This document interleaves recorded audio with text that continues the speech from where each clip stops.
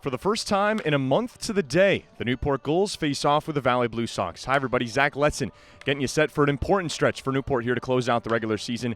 10 games in 10 days for the Gulls, and it begins with Valley here at Cardines Field on a Friday night for Newport, who's looking to bounce back from a 5-2 loss against Martha's Vineyard last time they were out on Wednesday. Gulls and Blue Sox coming up at 6:35, so the Gulls pregame show starts right now. Newport, Rhode Island. Historically compelling, yet always evolving.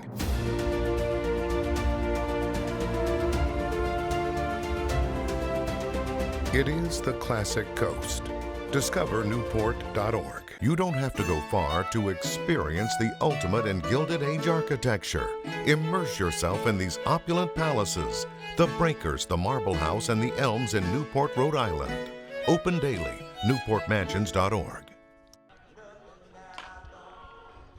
Welcome back to the Gulls pregame show here on the NECBL Broadcast Network. Zach Letson joined alongside two-way player for the Newport Gulls, Chase Acuff, before the Gulls take on the Valley Blue Sox. And Chase, I know you're mid-season addition to this team, but you've played a big role. What was that process like for you to come up here? Because you've been inserted into the lineup as almost an everyday guy. Yeah, started playing this summer in Savannah, Georgia. I was a temp with the Bananas, and then that ended. Played in the Little League in St. Pete when I got home. Got a call from my coach, Teddy Regan, here, and he was like, we'd love to have you up here. And my teammate, Sam Cochran from college, is up here. So a chance to play with Sam one last time, and with Teddy, I had to take it. I had to come up here, and Newport's beautiful, so I'm just glad to be up here and experiencing it. Yeah, well, I was going to ask about your connection with Sam on the team, and you guys obviously like playing together, and with Regan. How cool is it to be surrounded by those guys up here just to have a good time up here this summer? Oh, I mean, I love those guys. Played with Sam technically 5 years at Ecker. We didn't play this year, but it was just he's transferring to College Charleston. I'm transferring to Rollins. We looked at this as one last hurrah, one last chance to get together and I don't know, just show what we got on the baseball field. So. Well, you're one of a couple two-way players on the Newport Gulls. I'm curious, which one did you pick up first between pitching and hitting, and which one have you enjoyed doing more so far up here with the Gulls? Obviously, I've always been a fielder first, hitter next, and then it was actually 2 summers ago when I played for the Vermont Mountaineers is when I started pitching, and then I kind of went back to school. And actually, Newport, I pitched here for the first time ever. Like, it was that summer, we were playing the Gulls in Newport, pitched against them, got the win, and then went back to school, told my coach I think it could work, kind of got slotted into like a closer ordeal where I'd play the field, shortstop for 8 innings, and then come in and close. Getting back out there on the mound was definitely fun. It's kind of fun to be out on the mound, be in control of the game. But obviously, I like to field and I like to hit. So. Well, for the Gulls, a tough stretch here recently, and playing a very talented Valley side here tonight. What do you think it's going to take for this Gulls team to bounce out of this funk and get back on track? First things first, we just got to score more runs than the other team. I think that's the most important part. But we just got to have fun. It's baseball. It's a game. We got to remember that at times. Typically, when things aren't going well, bad things get magnified. But we just got to be strong mentally, and then just kind of, I don't know, just have fun out there. That's all, really. All right, Chase. Well, have fun out there. Thank you for the time, and good luck. Appreciate it. All right. That was Chase Acuff. The pregame show continues next here on the NECBL Broadcast Network. Take control of your financial future. Build a secure retirement, a college fund, maybe that perfect home. First Command has been coaching people since 1958. An advisor is ready to work with you on your journey today. Call Juan Garcia, a First Command advisor, at 401-846-9842 today if you're ready to get started with a complimentary financial plan. And welcome back to the NECBL Broadcast Network pregame. I'm Owen Creighton. I'm an on-field MC here at the Gulls, and I'm joined by my friend Max Robbins. Max, tell me what you do here. So basically, during the games, I'm running around. I have a ton of different responsibilities, from handling the gate, doing the 50-50 raffle usually. Sometimes they put me on the rest back chairs outside, so really just getting my hands dirty, doing a lot of stuff out here. And Max is a big fan of selling the rest backs here, I know that. You are from Massachusetts, but you go to college in Pennsylvania. What brought you to the Gulls in Newport this summer? Yeah, so about 2 summers ago, my family, we got a place down here near Newport over in Middletown. We sort of knew that the Gulls were like a fixture in the community, but I didn't really know much about them. So, definitely when I was looking for internships in like the sports avenue, that was sort of the first place I looked naturally. It's been pretty great so far. It's been a great season. Gulls looking for a win tonight. Max, thanks for joining me. We've got a lot going on. He's running some raffles. Actually, let's talk about that for a moment. You're raffling off a trip to Naples, Florida. Any other details you'd like to share? Yeah, I mean, it's a fantastic prize. We got a lot of fantastic prizes tonight. A trip to a Red Sox game, U.S. Open golf tickets. These prizes are going to be flying fast, and the bids are going to be coming in. So I recommend anyone who wants to come down here. We got a lot of great prizes. Sounds like if you're watching the pregame and you're local, come on down and bid for us. And the NECBL Broadcast Network pregame show continues after this. Doctors at University Orthopedics have been caring for the people of southeastern New England for more than 40 years. With the Warren Alpert Medical School of Brown University, we train the next generation of orthopedic surgeons. Our state-of-the-art facilities stretch from Westerly to Mansfield. At our East Bay Surgery Center, we've performed thousands of surgeries, including same-day total joint replacements. We've grown through the years, but our goal has always been getting you back to doing what you love to do. The best orthopedic care anywhere is right here. University Orthopedics. Welcome back to the Gulls pregame show. Time for the Broadcasters Roundtable as we get set for Gulls and Blue Sox here on a Friday night. I'm joined alongside the voice of the Valley Blue Sox, Cal Freeman, and the field reporter for the Newport Gulls, John Perrick.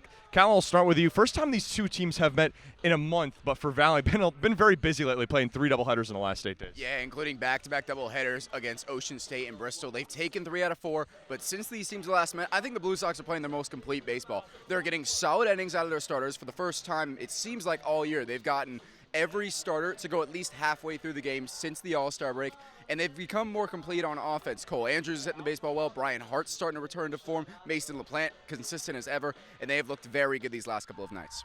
And talking about the matchup between these two teams, seems like a while, and a lot has changed really since the last time that these two met up, for sure. Yeah, absolutely. Over that month of time, a lot of different players in and out of the Blue Sox roster. One player to keep an eye out for tonight, Michael Castelleggio, has come in, making just his 4th appearance for the Sox. But every time he's played, he's hit the ball with contact. He's 4 for 9 with an RBI. Should be someone to watch tonight, Zach.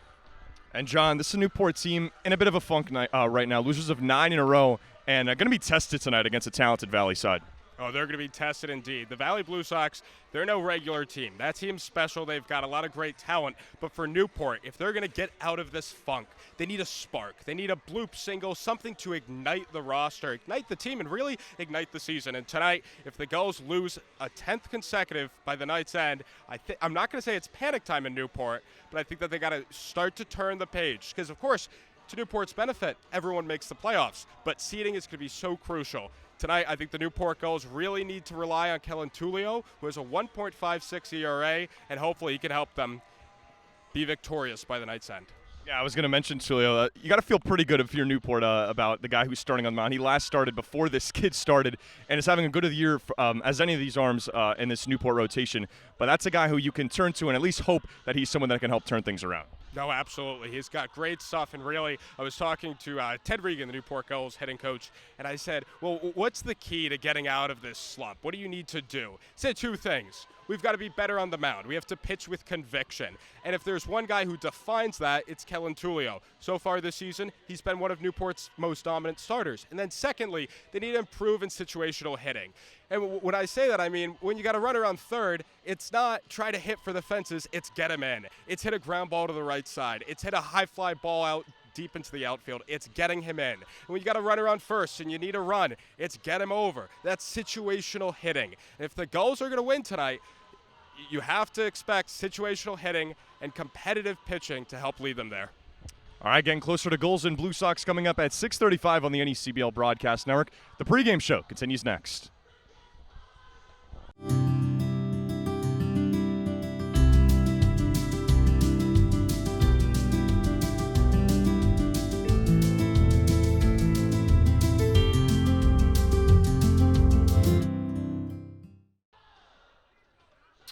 It's time for the Coaches Report here on the NECBL Broadcast Network. Zach Letchen joined alongside Gulls hitting coach Ted Regan before Newport takes on Valley here tonight. And, Coach, in terms of bright spots for this team, you got to look at Matt Wood, a guy who's hitting .500 with 14 hits.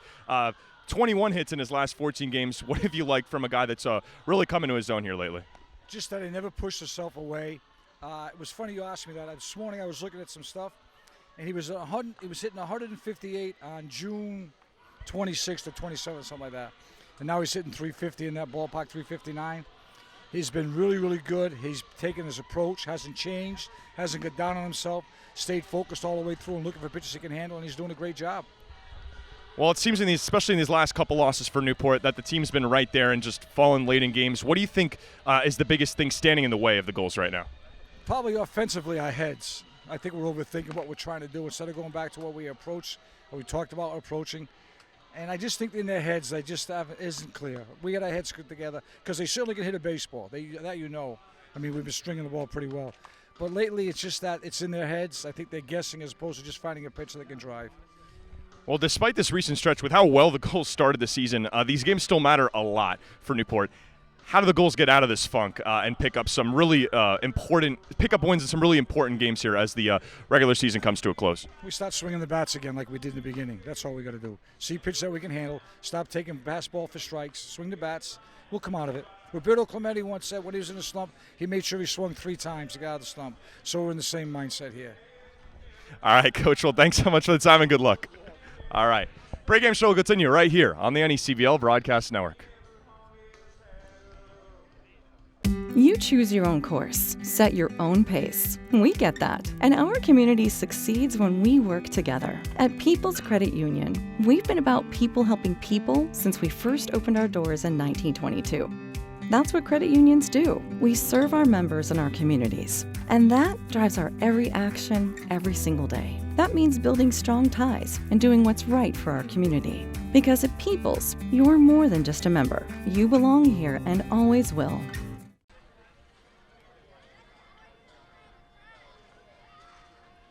And welcome back to the NECBL Broadcast Network pregame show. I'm John Perrick, and today it's time for the front office report, and I'm joined alongside Michael Falcone, the Director of Baseball Operations. Well, Michael, the Newport Gulls right now, they're 500. Obviously, they're going through a little bit of a funk. But from an operations standpoint, it seems that the organization is thriving. Can you just tell me a little bit about how the month of July has gone? Oh, it's been better than we could have imagined, really.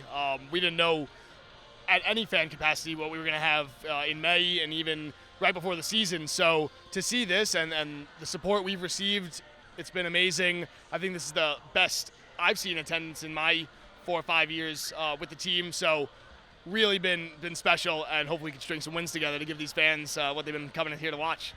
And tonight it's Michael Brennan night, brought to you by Wave Cycle. Can you just tell fans a little bit about Michael Brennan, who he is, and what he means to the organization? So Michael Brennan, a teacher from the area. He's coached everything from Pop Warner football, Little League. He coaches at Portsmouth High School right now. Had some heart complications for about a decade and went in for a checkup in March and was told that he'd need emergency heart transplant. So the medical bills and expenses that come with that are pretty steep. We wanted to do something to help him out, bring the community together. He is now since recovered fully from the transplant. He's here tonight, healthy with his family, and it's more of a celebration of that struggle that he went to, our community banding together, and it's really significant night here. We have a lot of fun at the park, but this is something that's special and it's going to mean a lot for many years to come. And Mike, last Wednesday was American Heroes Night. Can you just tell me a little bit about what American Heroes Night means, especially in the year 2021, following a global pandemic? Oh, it's just another one of those, you sit back and look at all the honor guards on the field and the people who have been standing by our side and standing by the American people's side throughout this whole thing. Those are frontline workers. Those are more so that they've been dealing with a lot in any year. And in this past year, I couldn't imagine you're putting your life on the line in some instances on a daily basis. You can get a call at any time. So to give our respects to them and pay our just recognize them for all they do. Really great to be a part of. I'm just glad that we have a platform to do it, and it didn't get rained out, which is good.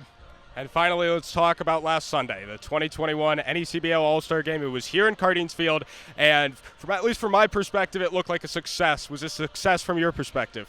anytime something runs smoothly, I didn't have anything too alarming happen. You have minor bumps, but no, absolute success. I was able to sit back, watch some baseball. I didn't have as many in-game responsibilities as I might, but we did a great job. The team, the staff here did an amazing job prepping for it. So come Sunday, it was just business as usual. I think everybody had a great time, and it was great to be able to present that for all the players and the league as a whole. Well, Mike, thanks for your time today. And that's the front office report. And the NECBL Broadcast Network pregame show continues next. Once again, here is Zach Letson and the Newport Gulls broadcast team.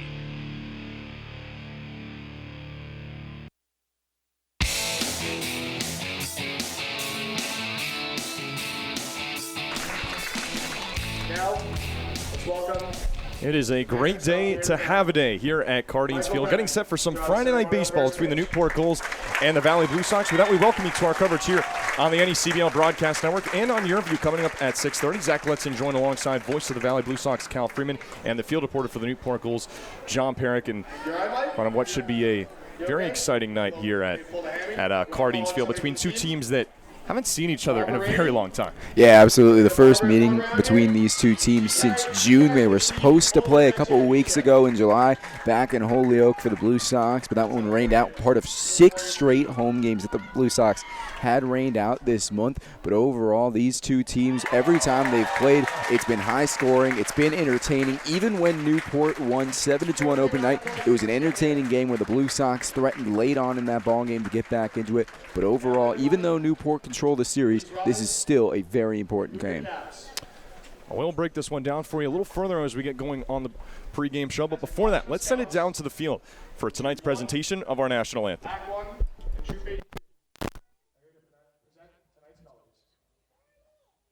Also with us from the Portsmouth Police Department, Officer Spurlock.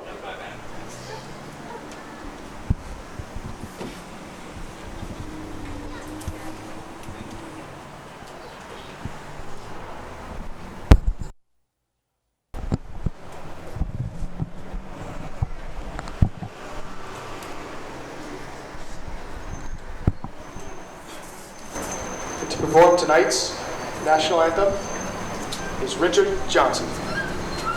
Spends time in Newport here, giving ghost tours throughout the town.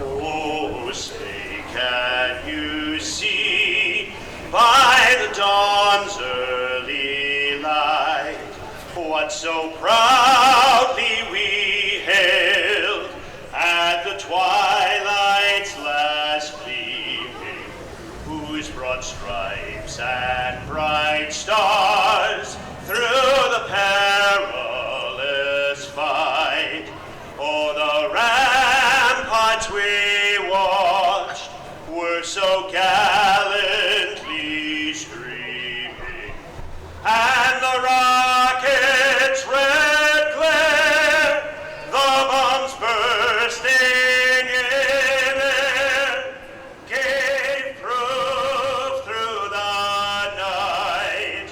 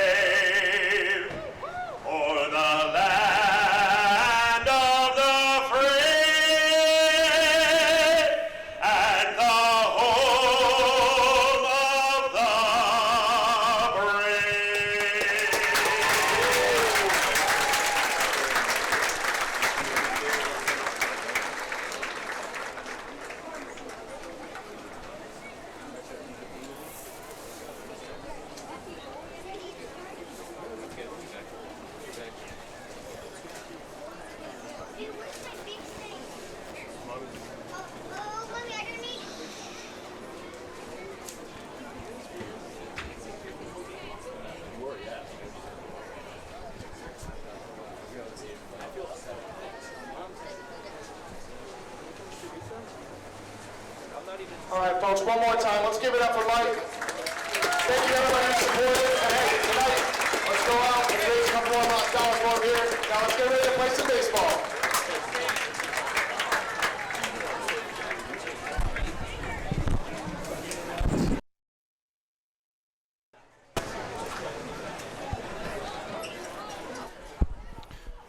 All right, so we're getting set for Gulls and Blue Sox here on the NECBL Broadcast Network. Give you a little bit of a recap in terms of how we got here. Valley Blue Sox are coming off a doubleheader split with the Bristol Blues, and Newport coming off of a 5-2 loss against the Martha's Vineyard Trucks. We'll step aside shortly and come back and preview tonight's game in a minute. Don't go away here on the NECBL Broadcast Network.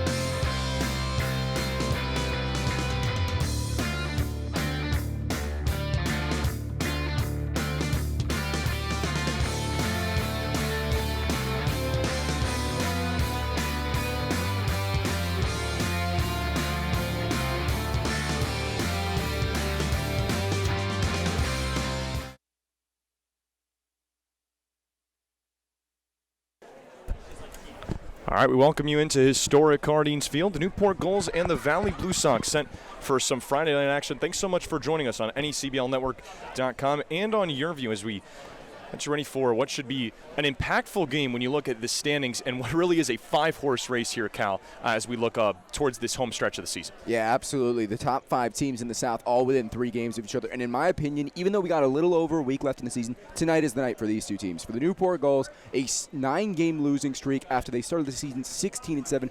They know that they're better than this. They know that they can turn their season around, and winning a game tonight against the Valley Blue Sox team that is starting to play their most complete baseball would do a huge way to give momentum for the final week of the season. For the Valley Blue Sox, they're playing better of late. They've won 3 out of 4. You've got 3 big games in these next 3 days. You've got 5th, 6th, and 4th in the standings in these next 3 games. You win all 3, you put yourself in not only a good position to host a playoff game, but to maybe win this whole division and get that all-important bye. So tonight, in my opinion, even though we got a lot of time left, a lot of games left in this final week of the season, tonight is the night for these 2 teams. Zach Letson joined alongside Cal Freeman and John Perrick. John, this is a team, and Cal touched on it, it's a tough stretch, really talented team, and you kind of think they know that they're better than this recent stretch. Well, for the Newport Gulls, they just need to put behind what just happened in the last 2 weeks. Because at the end of the day, the Gulls, they're just 3 games out of first place, and they're taking on a team that's tied for first place. So Newport's got a chance to make up a game tonight, and obviously they've lost 9 straight. All they really want to do is win a game to begin with. But if the Newport Gulls can find a way to scrap together a victory somehow, some way tonight, watch out. Because it's July, it's time for meaningful baseball, and Newport in this stadium over the last 15-plus years, they've been a dangerous team. All right, well, we're getting ready for matchup number 5 between these 2. Newport has taken 3 out of the 4, and these 2 will round out play against each other in a doubleheader at Mackenzie Stadium coming up later this year. But Cal, why don't you take us through the starting 9 that we will see from the visiting side in the Valley Blue Sox? Yeah, the Blue Sox make one change from their win the other night against the Bristol Blues. Mason LaPlante leads off, has been on an absolute tear and was very important in their 2-1 win on Wednesday. Travis Holt, the Butler transfer, moves up from 8 to 2 in the order, with Cole Andrews, who just took over the Blue Sox lead in RBIs, batting 3rd. Luke Franzoni with his first start in center field. He quite likes playing here. We'll see if he can repeat that. The home run king from the other week ago. Brian Hart in his usual left field, batting 5th spot. He had his 10th home run, which leads the South Division last night against the Blues. Michael Castelleggio, a new arrival, but he has been great. 4 for 9 so far this season, bat 6th, and the lineup rounded out by Paul Franzoni, Jonathan Kelly, and Nathan Thomas, the DH. Well, they will face a Newport defense in their Friday orange uniforms, one that we only see for the Friday home games, the 4th time this season that they will make an appearance. And they have taken the field here for the first time, so let's give you Newport's defensive alignment from left to right across the outfield. Connor Kiley in left, Kenny Oyama in center, Sam Cochran in right field, left to right across the infield. Chase Aikoff makes his first start at third base this season. Spencer Smith, the all-star shortstop, playing shortstop. Dawson Brigman, the other all-star for Newport, playing second base. Bryce Hewlett, the Newport Gulls home run derby contestant at first, and the red-hot hitting Matt Wood to do the catching for Kellen Tullio, Newport's all-star starting pitcher here today. He has been sensational and the ace of this Newport Gulls staff, a 2-0 record with a 1.56 ERA. This is his 7th game and his 5th start this season. Looking at 29 strikeouts to 16 walks in 23 innings pitched. He last pitched in what was a victory for these Newport Gulls, game 1 of a doubleheader against the Ocean State Waves on July the 10th, the last time Newport came out victorious. So from one all-star to another, he faces Mason LaPlante, the all-star shortstop for Valley, leading things off. And he swings it, misses at the 0-1. First pitch coming in at 6:34, 73 degrees and a drizzle here at Cardines Field on Friday. Of course, the last time these two were supposed to play, we did not have baseball. A rainout at McKenzie Stadium, which forced what will be a doubleheader in the final days of the season. And well, who knows how impactful that can be, and that doubleheader can be, and who knows how impactful this game here tonight is going to be. Yeah, absolutely. This is a series that Newport has owned, but the Blue Sox come in, and in my opinion, they're playing the best baseball they have all year. As a swing and a miss on the 1-2 from LaPlante for strike 3. Kellen Tullio picks up from where he left off. And there's a strikeout to get things started. Well, Kellen Tullio is someone who has been so dominant for the Gulls all season with 29 strikeouts in 23 innings, 2-0 with a 1.56 ERA, and he flashes that there. Well, worth mentioning with the strikeouts is he'll face Travis Holton, throws ball number 1, the first Newport goal to throw 10 strikeouts in one game since 2017. And followed that up with 9 in the next game. 19 strikeouts across what was 11 innings as this comes in and looks like it gets a piece of Matt Wood behind the plate. It'll take a minute. And that game against Ocean State went 4 innings in what was game 1 of a 7-inning doubleheader and did not pick up the decision. Newport won 3-1 in the late innings thanks to a 2-run home run from Gavin Cassis. But for Tullio, 4 innings, just 1 run it was earned, striking out 5, giving up just 4 hits. He has 2 decisions on the year, both wins. And the Gulls are 4-2 in these 6 games that he has played. As the 3-0, get me over fastball to Travis Holt. The third baseman for the Valley Blue Sox looks at strike number 1. Yeah, and he's been better at the plate as of late. Has hits in 6 of his last 7 games. Yesterday was 2 for 6 with an RBI. Looks at the 3-1 down low for ball 4. First base runner in this ball game is Travis Holt on a base on balls, and 1 on with 1 out here in the first. And he is someone that if you've been watching the Blue Sox since the start of the season, he's so good at the plate, has a very keen eye, has worked some of the best counts that I've seen from not just in the NECBL, but in all of my days watching baseball, and he draws his 14th walk of the season there. Brings up Cole Andrews, who we saw here on Sunday in the NECBL All-Star game, and he looks at strike number 1.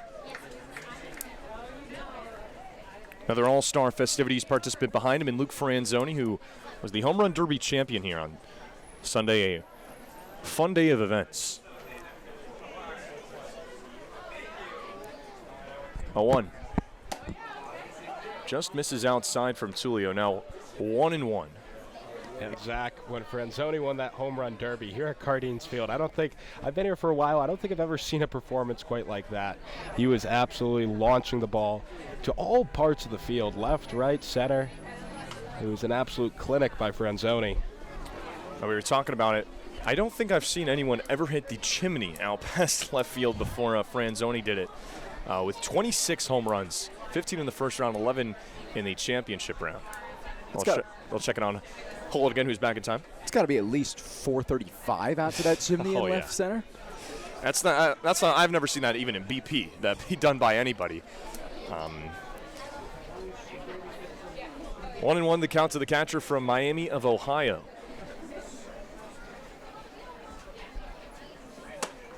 He's able to hold his swing up on this off-speed pitch upstairs. Now 2-1 to Andrews, who's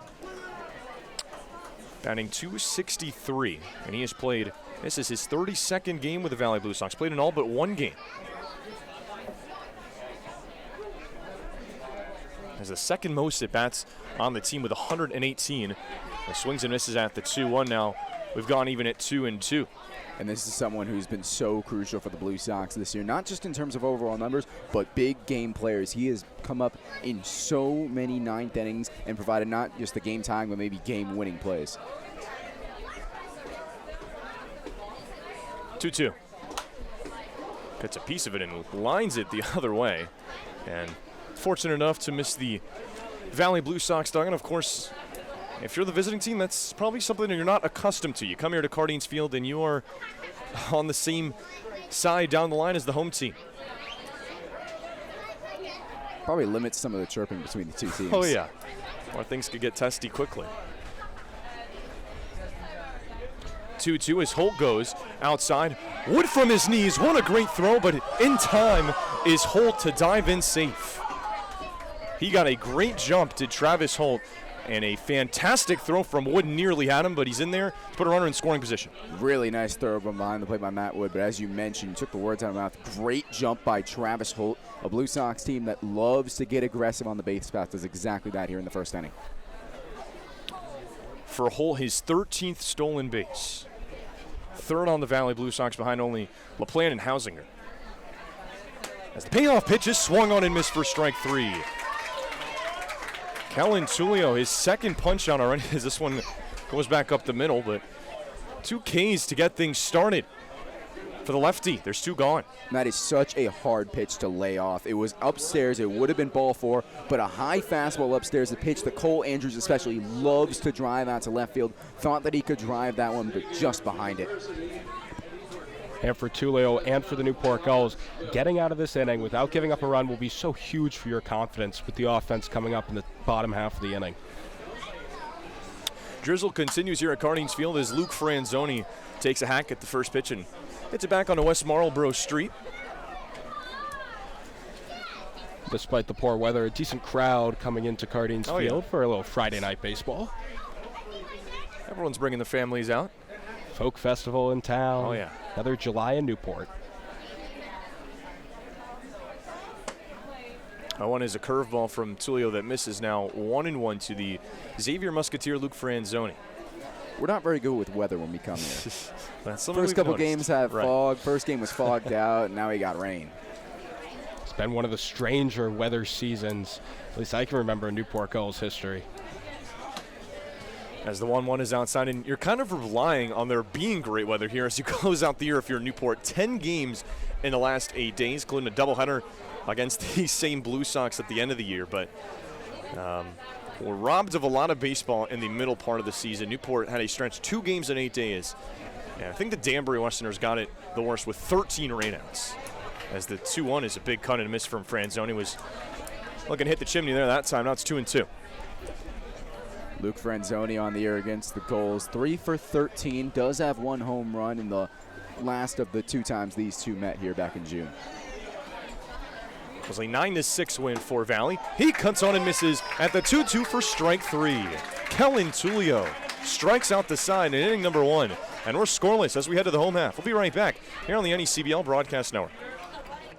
Your own course. Set your own pace. We get that. And our community succeeds when we work together. At People's Credit Union, we've been about people helping people.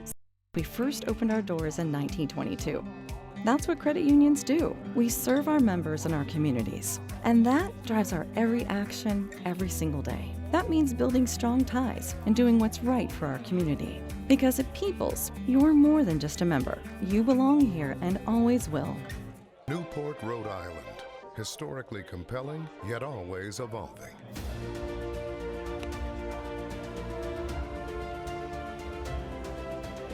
It is the classic coast. Discover Newport.org. You don't have to go far to experience the ultimate in Gilded Age architecture. Immerse yourself in these opulent palaces, the Breakers, the Marble House, and the Elms in Newport, Rhode Island. Open daily, newportmansions.org. Doctors at University Orthopedics have been caring for the people of southeastern New England for more than 40 years. With the Warren Alpert Medical School of Brown University, we train the next generation of orthopedic surgeons. Our state-of-the-art facilities stretch from Westerly to Mansfield. At our East Bay Surgery Center, we've performed thousands of surgeries, including same-day total joint replacements. We've grown through the years, but our goal has always been getting you back to doing what you love to do. The best orthopedic care anywhere is right here. University Orthopedics.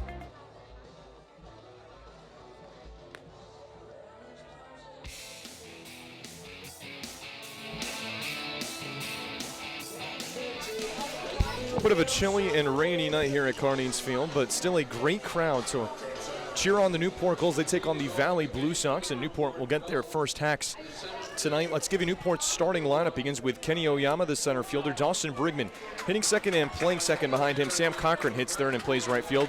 The red-hot hitting Matt Wood is the cleanup hitter. Spencer Smith hits fifth. Grayson Moore, the DH, hits sixth. Bryce Hewlett hits seventh, playing first. Chase Acuff in the 8th spot, playing hot corner. And Connor Kiley rounds out the order, playing left field and hitting ninth. They face Kenny Schechter of the Valley Blue Sox here for the first time all season, facing the Newport Gulls. As this one's upstairs quickly, 2-0. Yeah, Schechter, a late arrival to the team, a rising sophomore at Rhode Island. So far this year has pitched just a third of an inning that came in Valley's loss against Danbury. No runs against. As this one's chopped over to first, but scooping it up is Kelly, and the exchange goes over to Schechter for out number one. And Jonathan Kelly, a two-way player, mostly plays at first base when he's not pitching, so he knows exactly how to work that exchange. He does it exactly there.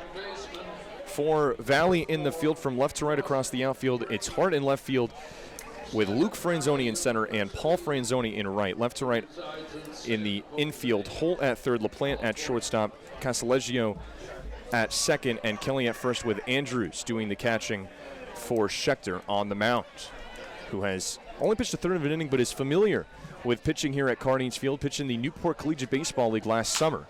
First pitch to Dawson Brigman, a chopper over to Holt. And his throw is a little wide, so it brings Kelly off the bag, and Newport has their first base runner tonight.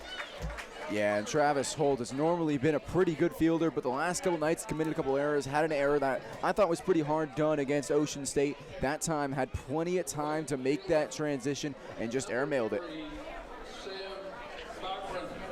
So go down as an E5 on Travis Holt, and the first base runner for Newport, with one down for Sam Cochran.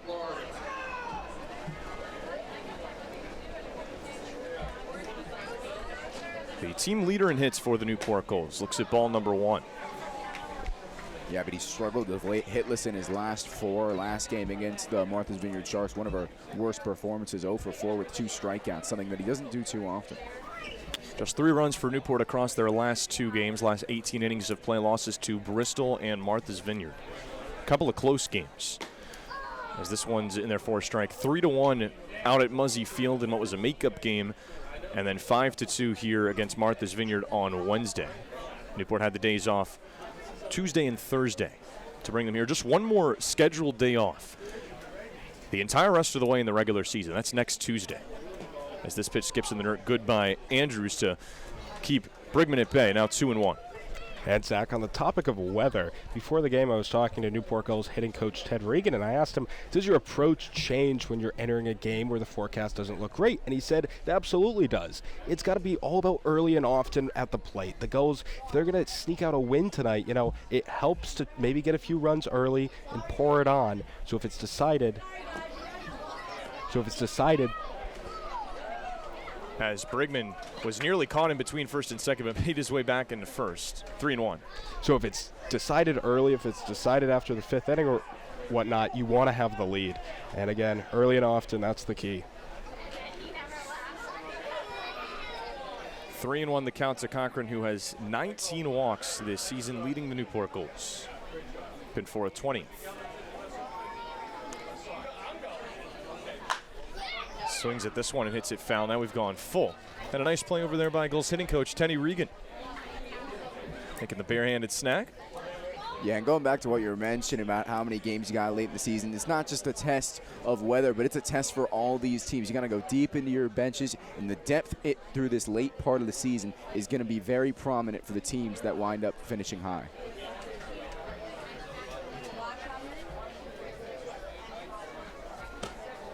Payoff pitch. Brigman goes. It's hit over to second, fielded by Casaleggio. Only plays over to first. So 4-3 put out to retire Cochran, but with Brigman running on the pitch, that maybe keeps this inning alive and moves him into scoring position. Yeah, and that's the guy that you want out for the Blue Sox. Sam Cochran can be such a lethal player when he gets on. Now you got to take the pressure off him, but out of the frying pan and into the oven with Matthew Wood, who's been so good as of late. 356 batting average leads the Newport Gulls. Has turned into a star this summer with Newport, hitting .500 in his last 14 games, 21 hits across that span, including home runs in each of the last 2 games here at Cardines Field. A 7-game hit streak, exactly the time to get hot if you're Matthew Wood. And when that stretch started, he was hitting 167. Started the year 5 for 30, and now is hitting nearly 200 points better than that at 356. Slight improvement. I'd say so. As this one comes inside, 1-1 now to the catcher from Penn State, who got the night off from catching on Wednesday, but you still had to have him in the lineup somehow, right? He was in the DH spot with the return of Peter Cerruto, who sits on the bench tonight.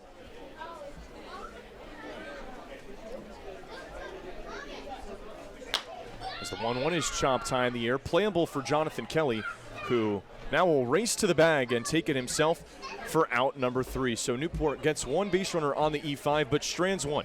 Through an inning here at Cardines Field, no score in the rain. We'll head to the second on the NECBL Broadcast Network.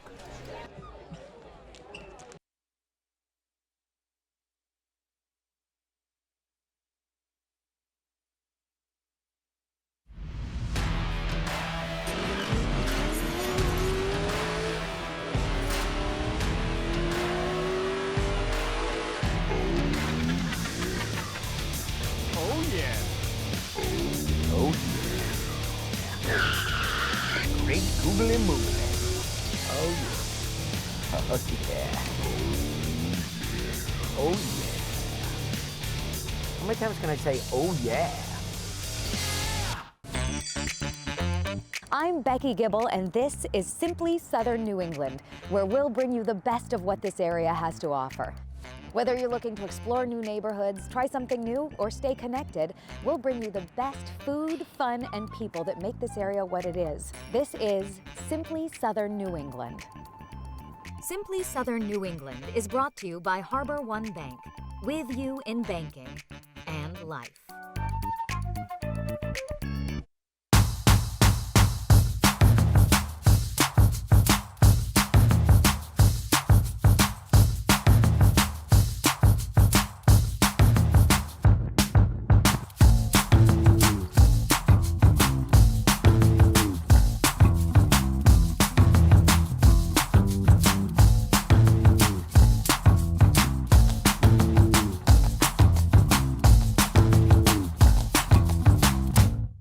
Newport, Rhode Island. Historically compelling, yet always evolving.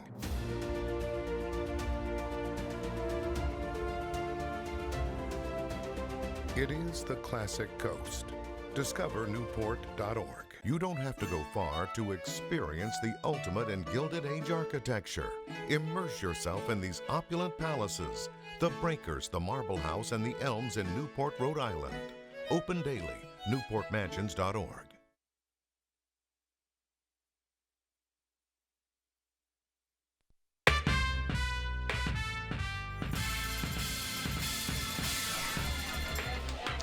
Rain continues here at Cardines Field as we just had some dirt that was applied to the pitcher's mound, and Kellen Tulio is trying to get his footing, and a little concerning of a situation here, to say the least. Yeah, although it's raining, we just saw a nice rainbow out there in right field. They were talking about it off the air. There's hope. Actually, some blue skies beginning to open up here. So hopefully the weather's going to clear and we're going to have a good night meaningful of baseball here in Newport. Maybe a pot of gold and a win at the end of it for the Newport Gulls here tonight. Nothing as we go to the second, but as you can see on your screen, Kellen Tullio shaking off Coach Winroad, and will try to pitch through this, although you can see certainly not entirely pleased with the conditions on the mound that have been altered by this rain, and yeah, he's slipping again. So the grounds crew and Kevin Winroad will come back out to the pitcher's mound to try to get this resolved. Well, if there's a team that needs maybe a pot of gold and a little luck right now, I think it's the Newport Gulls. So who knows, maybe looking from a positive perspective, this could be a good omen. And 9 straight losses for the Gulls, tied for the longest losing streak in the entire league. But the positive is, with how tight the Southern Division has been, with every team beating up on each other, there's still only 3 games out of first. It's crazy, it really is. It feels like the Newport Gulls, they've shot themselves in the foot, basically. But exactly, this division, it's still in reach. So I guess it's hard when you go into such a big slump to stay motivated and just stay positive, but they have to, because there's a lot of meaningful baseball, as we've already talked about in the broadcast, left. And for Newport, it's by no means over. Yeah, it's amazing when you look at it. The distance between first and fifth is the same distance that there is between fifth and sixth in the division. It really is a 5-horse race, and that's what you got to be thinking about if you're Newport. 3 games to make up in a 10-game span, and now the skipper Winroad hard at work out on the mound and trying to get this mound resolved for their all-star Kellen Tullio, who is having some trouble getting some footing on the mound. You can understand why. This has been some incessant rain here since the start of this game. Hey, get you a manager who can do it all. That happened to Danbury the other night. Ian Ratsford had to work on their field as a honorary grounds crew member. Now Kevin Winroad's getting his shot. Decent thing to add to the resume. All-star manager, Newport Gulls manager, right? Honorary grounds crew member.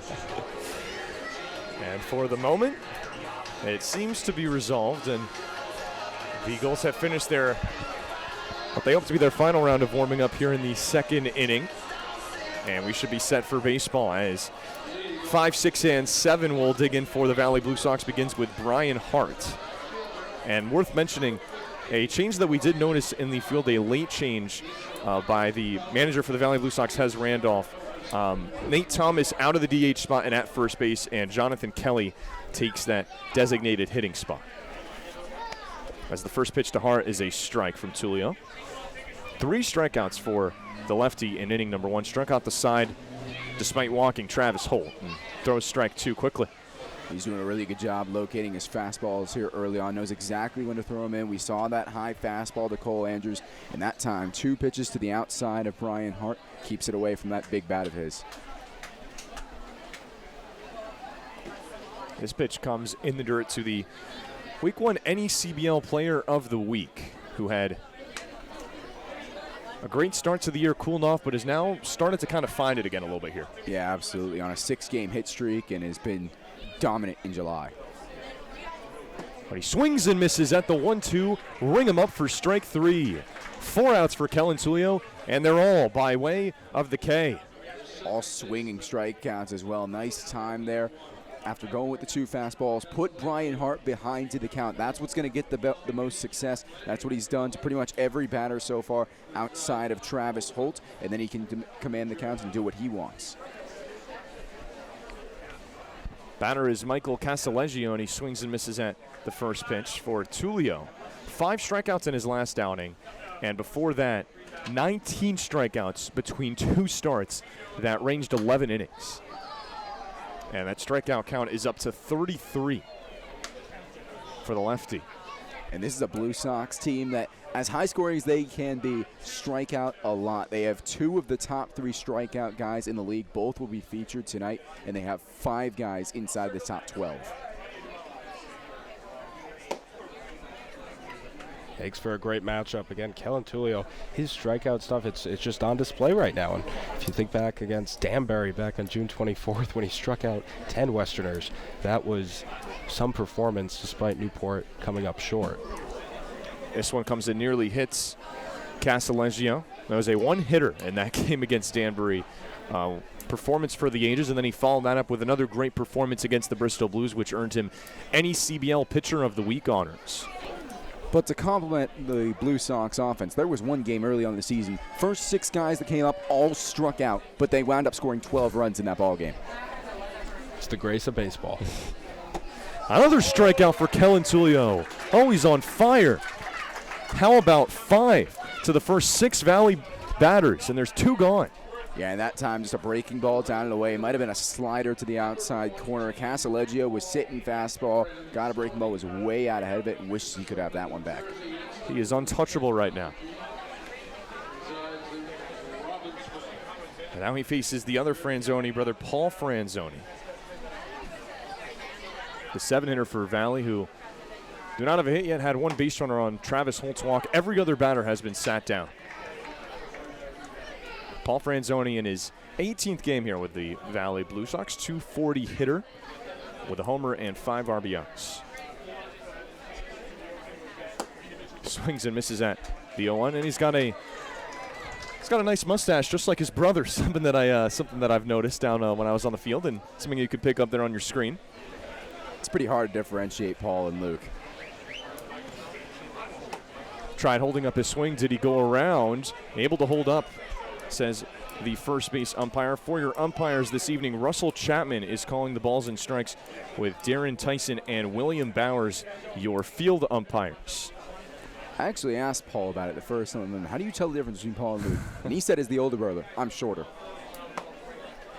So this one just misses outside on the curveball. And as an older brother myself, I know how hard that is to admit. But he wears it on the chin, and he's started to play well as of late. Has hits in his last 3 games. 2 balls, 2 strikes, 2 outs. Here's the pitch. Chopped on the ground to Smith across the diamond, and the pick by Hewlett is in time. So 1-2-3 inning for the Valley Blue Sox. And the top half of the second, still scoreless as we enter the home half on the NECBL Broadcast Network. Newport, Rhode Island. Historically compelling, yet always evolving.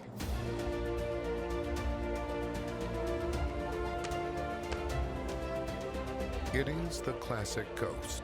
Discover Newport.org. You don't have to go far to experience the ultimate in Gilded Age architecture.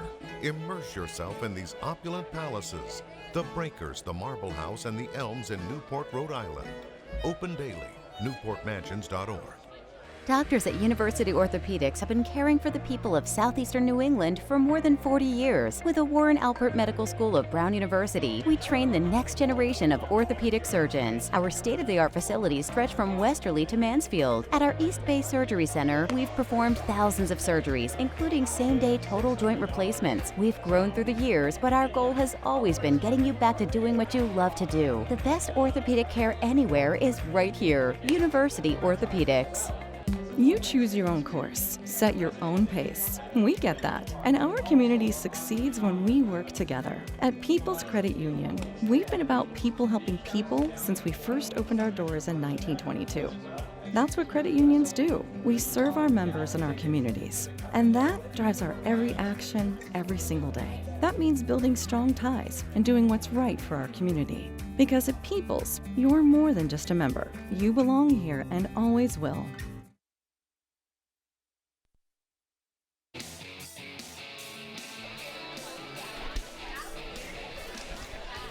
Back here for the bottom of the second. Thanks so much for joining us on the NECBL Broadcast Network, NECBLnetwork.com, and Blue Frame, as well as Springfield News Radio, WYHN, and Springfield 98.3 FM. This is Friday Night Baseball between the Newport Gulls and the Valley Blue Sox. Thanks for joining us. Zach Letson joined alongside the voice of the Valley Blue Sox, Cal Freeman, and the field reporter for the Newport Gulls, John Perrick, as it'll be 5, 6, and 7 for Newport in their half of the second. Spencer Smith, Grayson Moore, and Bryce Hewlett to dig in against Kenny Schechter, who goes into his second inning of work.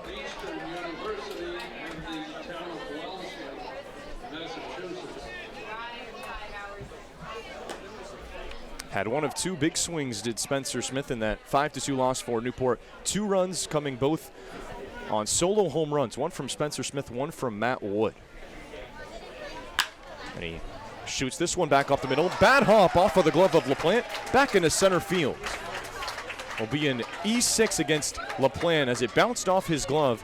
And the second error for Valley already in this game puts the leadoff guy on. That's a really tough play there, especially considering how this infield has already gotten a little dirty with the rain. We mentioned in the last inning that the pitcher's mound had gone through some stuff, and that one bounced off the infield grass and just in and out of the glove of LaPlante. Kenny Schechter so far, this is the kind of pitcher that he is. He's a ground ball guy, but he also knows how to work strikeouts, but he's a bit of a journeyman. Has been to 2 schools already inside of his first 2 years of NCAA eligibility. The batter is Grayson Moore, and he looks at ball number 1 outside. Back in the lineup for Newport, has shined for Newport on the mound this season. One of 2 two-way players along with Chase Acuff, but on the mound, a 2.62 ERA for Grayson Moore, who has made 4 starts. As this pitch comes in down low at the plate, this is his 13th game. He's hitting 133 with a pair of runs driven in. Yeah, it's just his first game hitting since all the way back 8 days ago on the 15th against the Danbury Westerners. Was 0 for 2 with a walk that night. Swings and misses at the 2-0. Out of the arm of Schechter, now 2-1. To the DH, we've seen him DH, also play left field. Of course, also on the mound for Newport, has kind of solidified himself a little bit as a part of a rotation for Newport that is adjusting with the exits of Jimmy Kingsbury and Jack Aldridge, both drafted. And he ropes this one into right field. That's a base hit for Grayson Moore. First hit for either side tonight comes off the bat of the DH and Newport with runners on first and second with nobody out. This is someone with just too much talent to keep out of the lineup. Ranked as the number 7 outfielder in his class, going to Vanderbilt. Only played 5 times there, and as you mentioned, might have struggled a bit with the bat to start the year. Got himself involved pitching the ball, and now has his first hit since June 13th. Yeah, just his 5th all summer, but comes in a big spot there as Newport looks to break the ice here. With runners on first and second, nobody out for Bryce Hewlett. Newport's 7-hitter.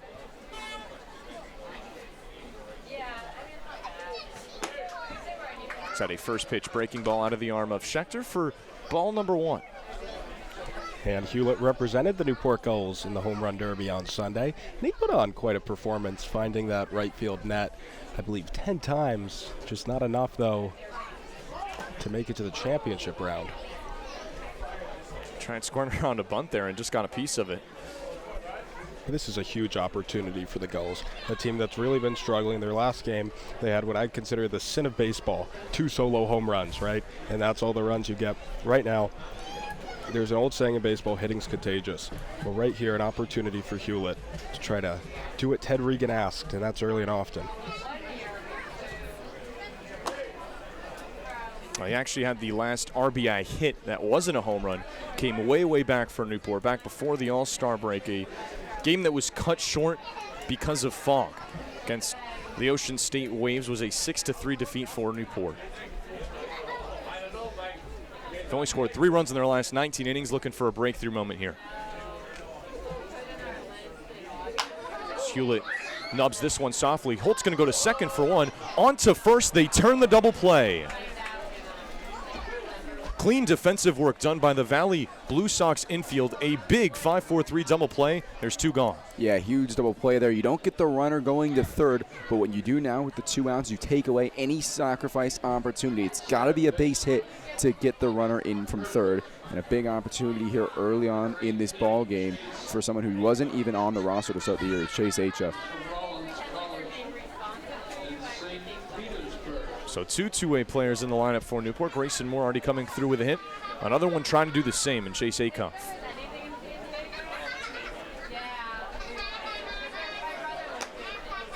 Set a curveball for strike number 1. Is making the move from Eckerd College to Rollins College, a St. Petersburg, Florida native, and a teammate of Sam Cochran.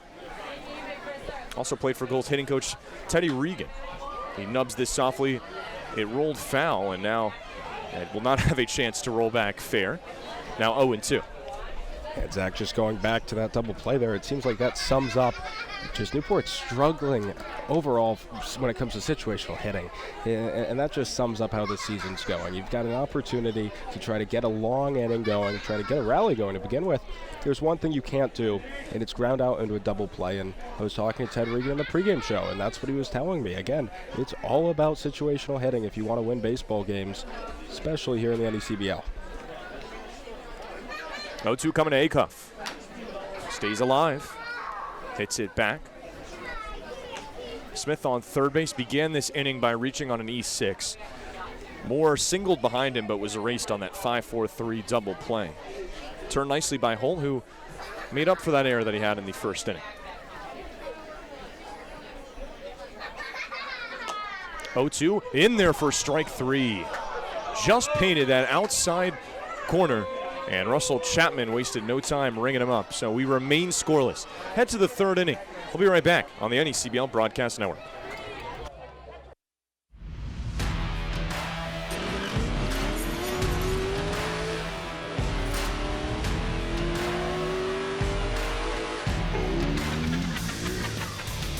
Oh yeah. Oh yeah. Great googly moogly.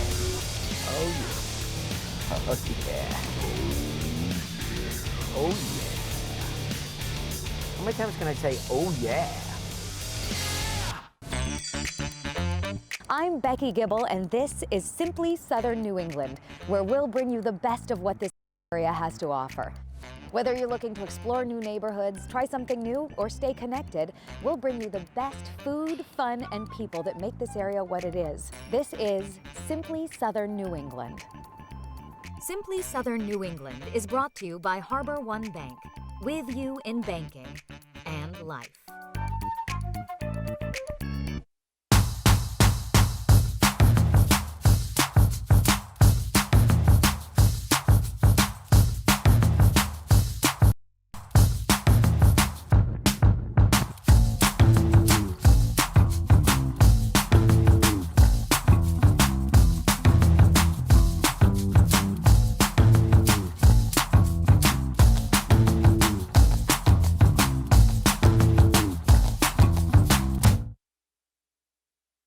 Compelling, yet always evolving.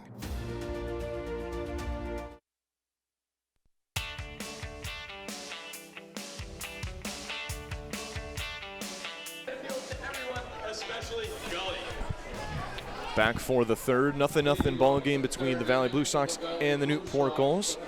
Thanks for joining us on the NECBL Broadcast Network. Zach Letson, Cal Freeman, and John Perrick with you. And matchup number 5 between these two. Kellen Tulio back out to face 8-9-1 in this Valley lineup. Jonathan Kelly, Nate Thomas, and Mason LaPlante. And why not? Has not given up a hit to this point and has struck out 5 through the first 2 innings. As this one just misses to the DH Kelly for ball number 1. You mentioned the Gulls had a couple of two-way guys. The Blue Sox follow suit. Jonathan Kelly, a two-way guy, has been really good on the mound as of late.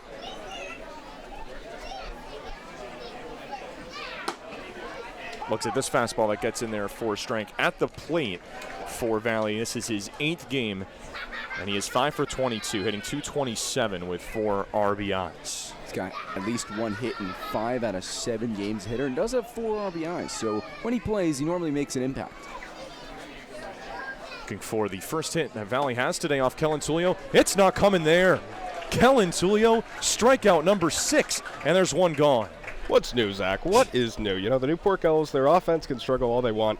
Look at Kellen Tulio. He's coming out here. Gulls, they've lost 9 straight, and he's just absolutely shutting down the Blue Sox. Already off to an excellent performance, and who knows what's in store tonight. We might see another double-digit strikeout evening. Well, how often do you see 6 strikeouts to the first 8 hitters, and all of them so far are swinging strikeouts for Kellen Tulio? Seldom. Very seldom. Nate Thomas, the batter.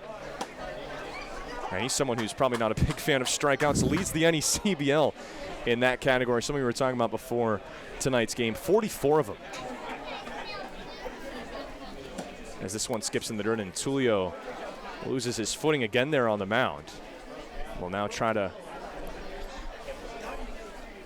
smoothing things out there. Yeah, and this is an issue that's not uncommon for Thomas. This last year at St. Joseph's, 51 Ks in 38 games. The year before that, the abbreviated season, 17 and 15. But he skies this one into shallow center field. Oyama's underneath it. And he makes the catch. 2 away. And the way Tulio's dealing right now, a fly ball, pretty routine. Looks a little out of place here. Right. Where's the swinging strikeout? First ball all game, the second ball all game the Blue Sox have put in play. 1 over the minimum for Kellen Tulio so far. That was the one man that reached base. Travis Holt back in the first, who stands on deck right now as the lineup card flips over for Mason LaPlante.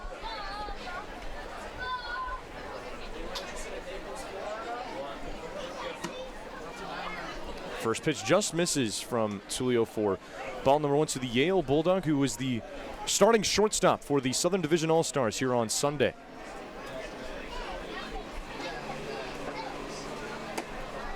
Looks at ball number 2, hit 9th for the South All-Stars, and has shined this year, was an NECBL Player of the Week in large part because of a sensational performance here at Cardines Field. 4 for 5 with a home run. Cuts on and misses at the 2-0, now 2-1. Yeah, and I keep telling this story every time I'm at a Mason LaPlante, someone who got better game in and game out for the Blue Sox. Went into the season, didn't have an RBI in his first 7 games. It's this one back, right back in our wheelhouse now, 2-2. Since then, 24 RBIs in 23 games, and he is second on the team in RBIs, only trailing Cole Andrews, who only has 1 more, 25.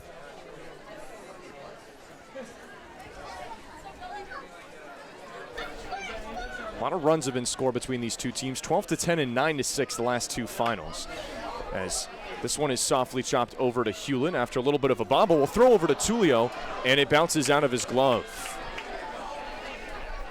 Be an error for the Gulls, allowing LaPlante to reach and keeping this inning alive. Yeah, and that's poor from Bryce Hewlett, Pittsburgh's first baseman. He's got some talent to him. Just bobbled that one on the transition. The throw was a little underhanded, a little softly put to the pitcher, and Mason LaPlante with the hustle able to beat it out for just the second runner of the day for the Blue Sox. So 3 errors between these two sides so far, just 1 hit combined. But brings up the only other guy that's been on base for Valley tonight, Travis Holt. Not a bad idea to maybe try to pick off on Mason LaPlante, including that game where he was 4 for 5 here against the Gulls. Also stole 2 bases, stole 4 bases that week.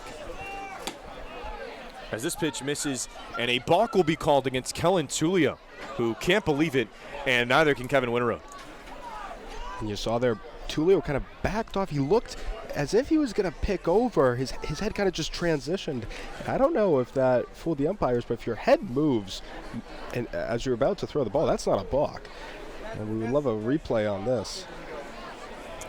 Yeah, and it is. I have seen a few balks called against Newport this season, but seldom do you see this kind of an argument. You think there's some legitimacy to it if you see Winterode make his way all the way out to the mound. And there's the replay. Huh.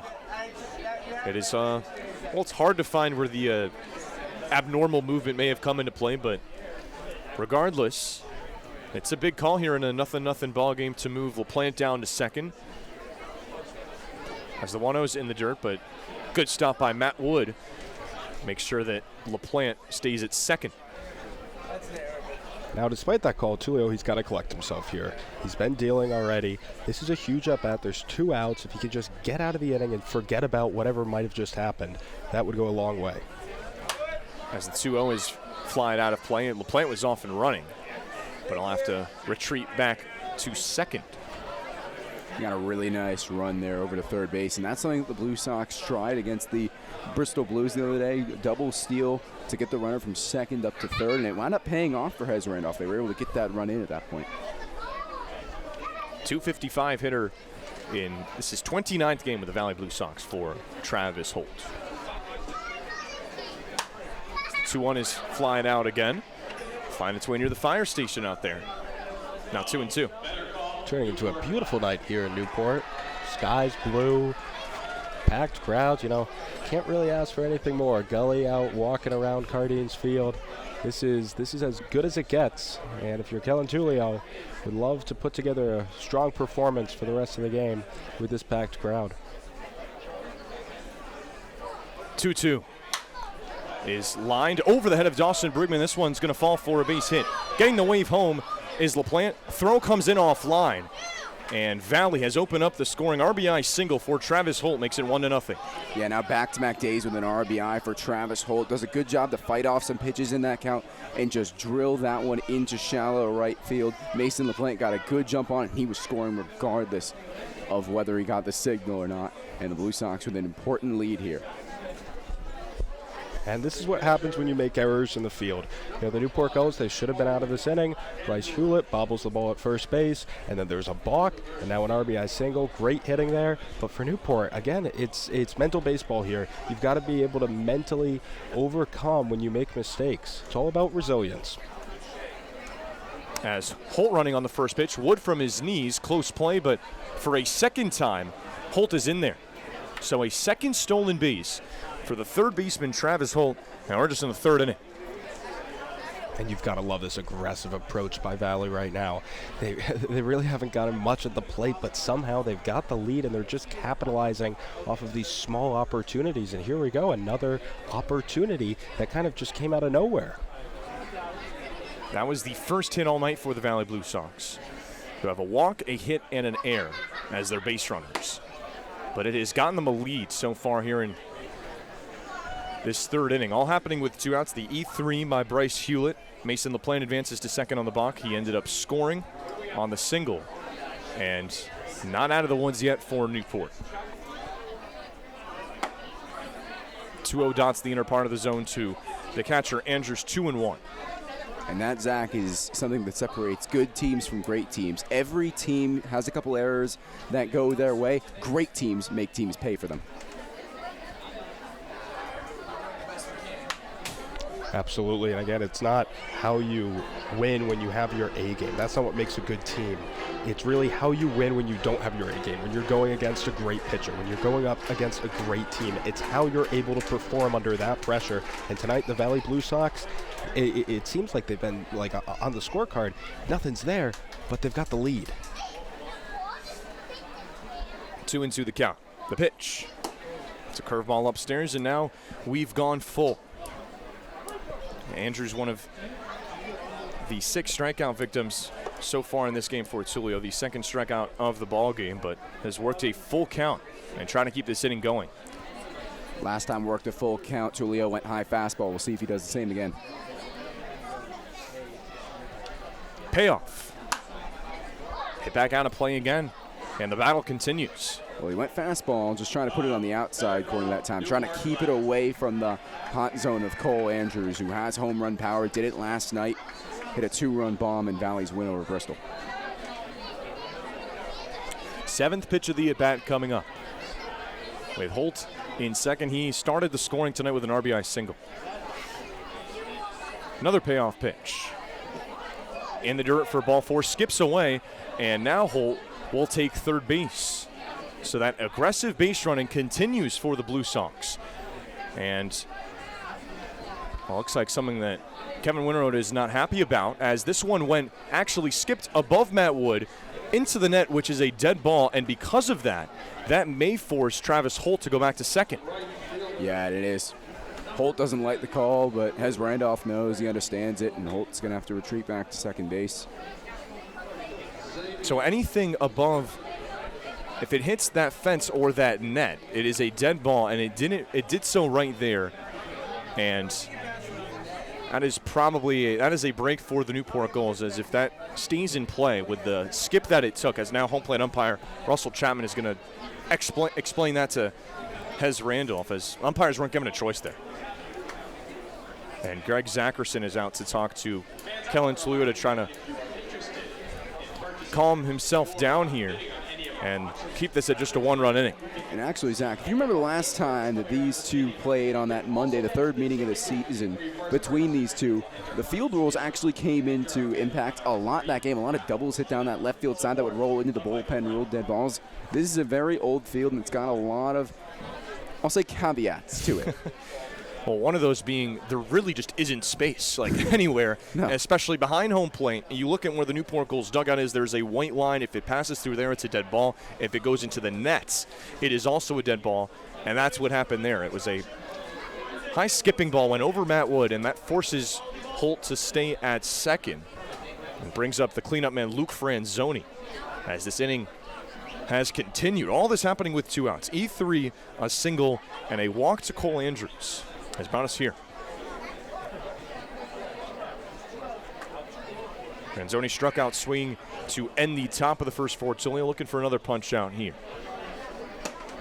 But he misses on the 1-0, and now it's 2-0. And for those listening back home in Springfield, one of the most outlying things here at Cardines Field, if you've never been, when we were talking the first time, you said there's not a lot of room in right field. I was thinking maybe there's a wall there. No, there's a warehouse in right field. So very few room if you hit it down that first base side.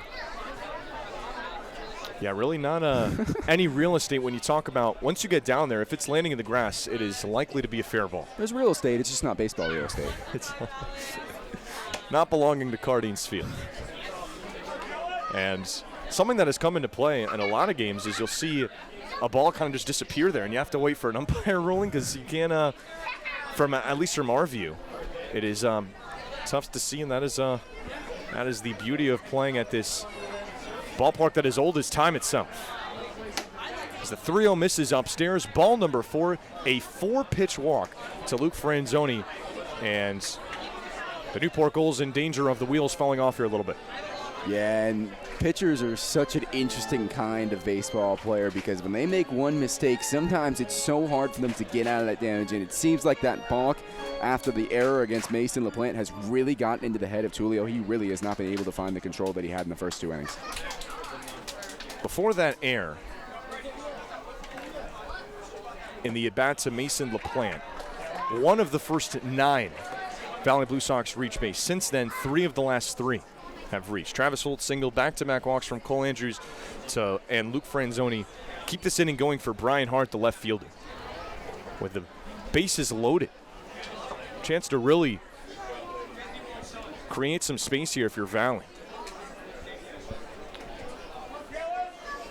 1-1 the count. Holt on third, with Andrews on second, Franzoni on first. And a good stop by Matt Wood. Another one. And it keeps Holt at third. But now it's 2-1.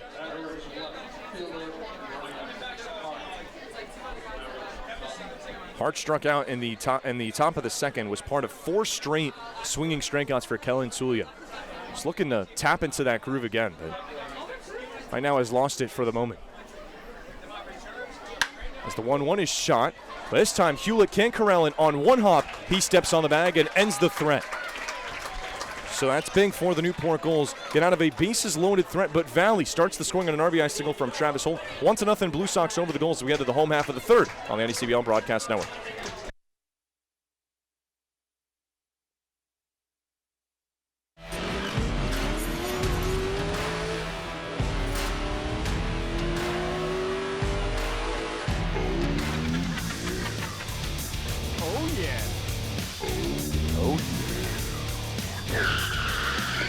Googly moogly. Oh yeah. Oh yeah. Oh yeah. How many times can I say oh yeah? I'm Becky Gibble, and this is Simply Southern New England, where we'll bring you the best of what this area has to offer. Whether you're looking to explore new neighborhoods, try something new, or stay connected, we'll bring you the best food, fun, and people that make this area what it is. This is Simply Southern New England. Simply Southern New England is brought to you by Harbor One Bank, with you in banking and life.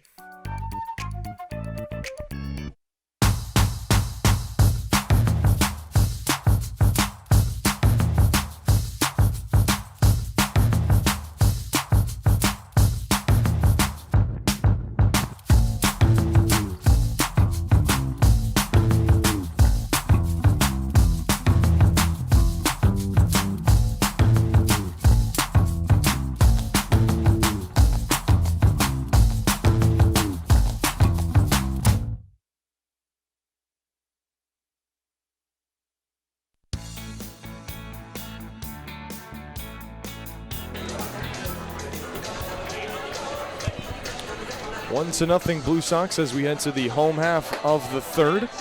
And what has turned out to be a great crowd and a great night. Clouds have cleared here at Carnings Field for the most part. And it's turned into a nice, cool July night at the City by the Sea. And we are right in the middle of all of it at Carnings Field. Well, it's a test of will for every baseball fan. Rain at the start of the game. Do you want to stick around? Do you want to see if the game will actually happen? But this Newport crowd has been very good every time the Blue Sox have come here, and they have stuck through to support their team. 9-1-2 for the Gulls, looking to answer Valley, who opened up this game with a run in the top half of this inning. Travis Holt RBI single. And for Newport, Connor Kiley, Kenny Oyama, and Dawson Brigman will get their chance.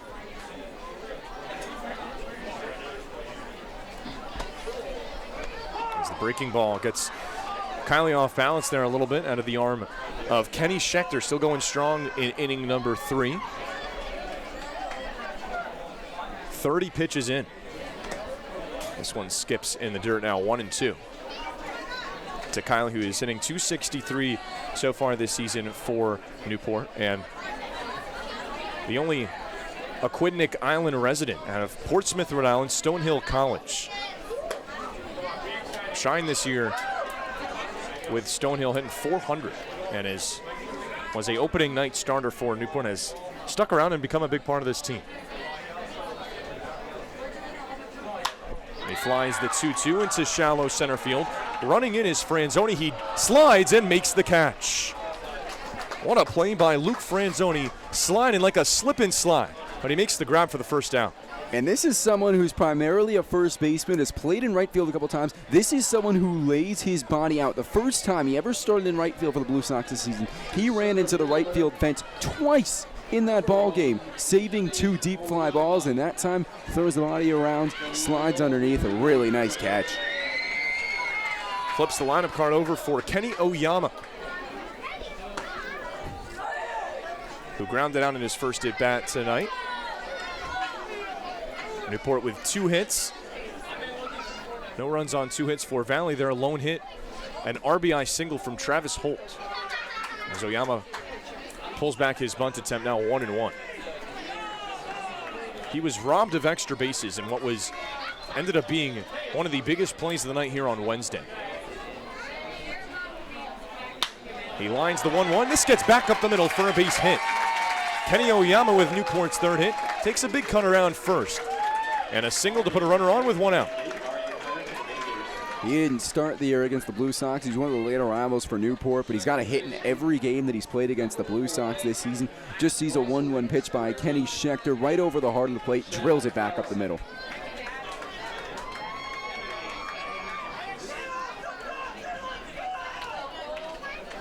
And you'd have to think, as you see there on your screen, going to take a healthy lead for Dawson Brigman, who steps in, reached on an error in the bottom of the first.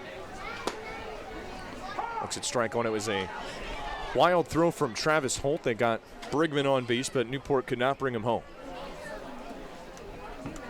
And Newport had back-to-back singles from Spencer Smith and Grayson Moore, but Valley was able to turn a 5-4-3 double play as Holt redeemed himself. Throw back over to first. Back in time is Oyama. I mentioned the threat about stealing bases. He's got 14 of them this year. That only trails Sam Cochran for the team lead.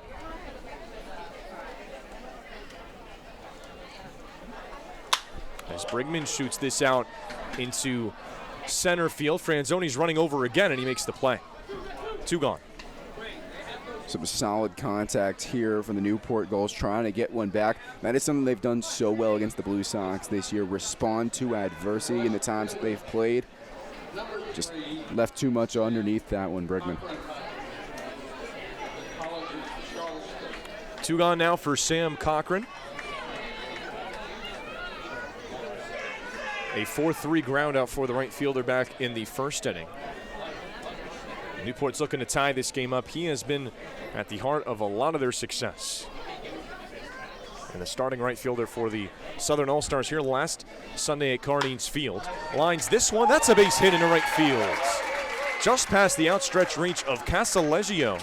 And Newport with an opportunity to bite back here in the third. all he does is hit this year against the Blue Sox. 6 hits in 5 games for the All-Star center fielder. He was so good in that All-Star game. He's just got such a good bat for contact. He goes down and gets that breaking ball and just drills it again into right field. Another piece of solid contact from Newport here in this 3rd inning. Kenny Oyama on second with Cochran on first. The 2 leading base stealers on the base paths to bring up their hottest hitter, Matt Wood. Was 0 for 1 today, but on a 7-game hitting streak. And the team leader in batting average, .356 coming into tonight.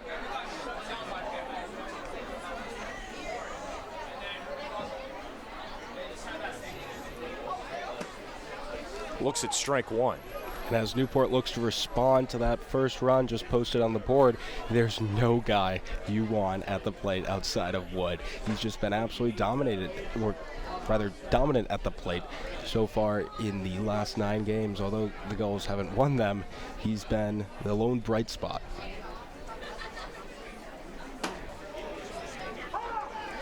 Owen gets the upper part of the zone. It's quickly 0-2 to Wood, who has the last Newport Gulls run on his swing. A solo home run in the bottom of the 6th brought the game with the Martha's Vineyard Sharks even. And Newport is looking for their first run since then. That was 7 innings ago.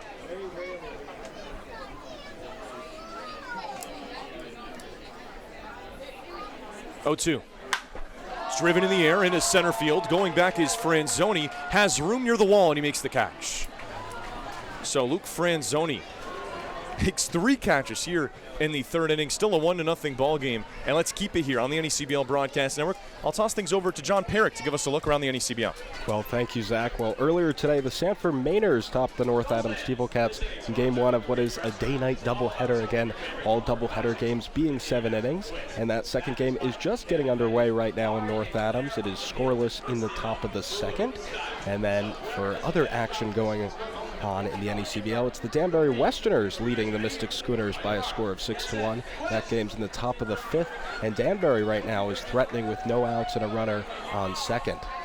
And then for the Keene Swamp Bats, well, they lead the Upper Valley Nighthawks by a score of 3-0, having just scored 2 in the 4th inning. That's in the bottom of the 5th.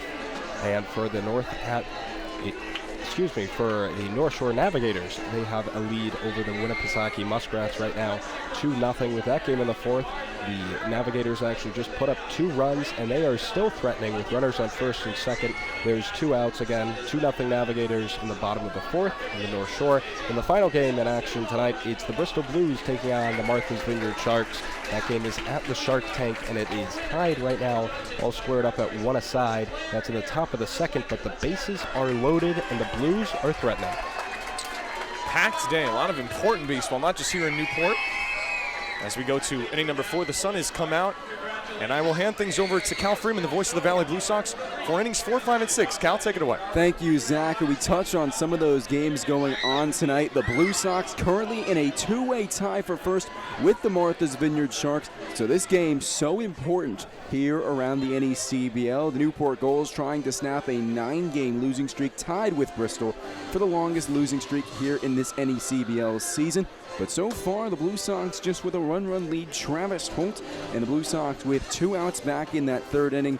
E3 RBI single, then a couple walks, but Brian Hart left the bases loaded, and that sets up 6, 7, and 8 here for Hez Randolph's side. It will be led off by Michael Casaleggio out of Oakland, New Jersey, just transferred over to JUCO Palm Beach Atlantic.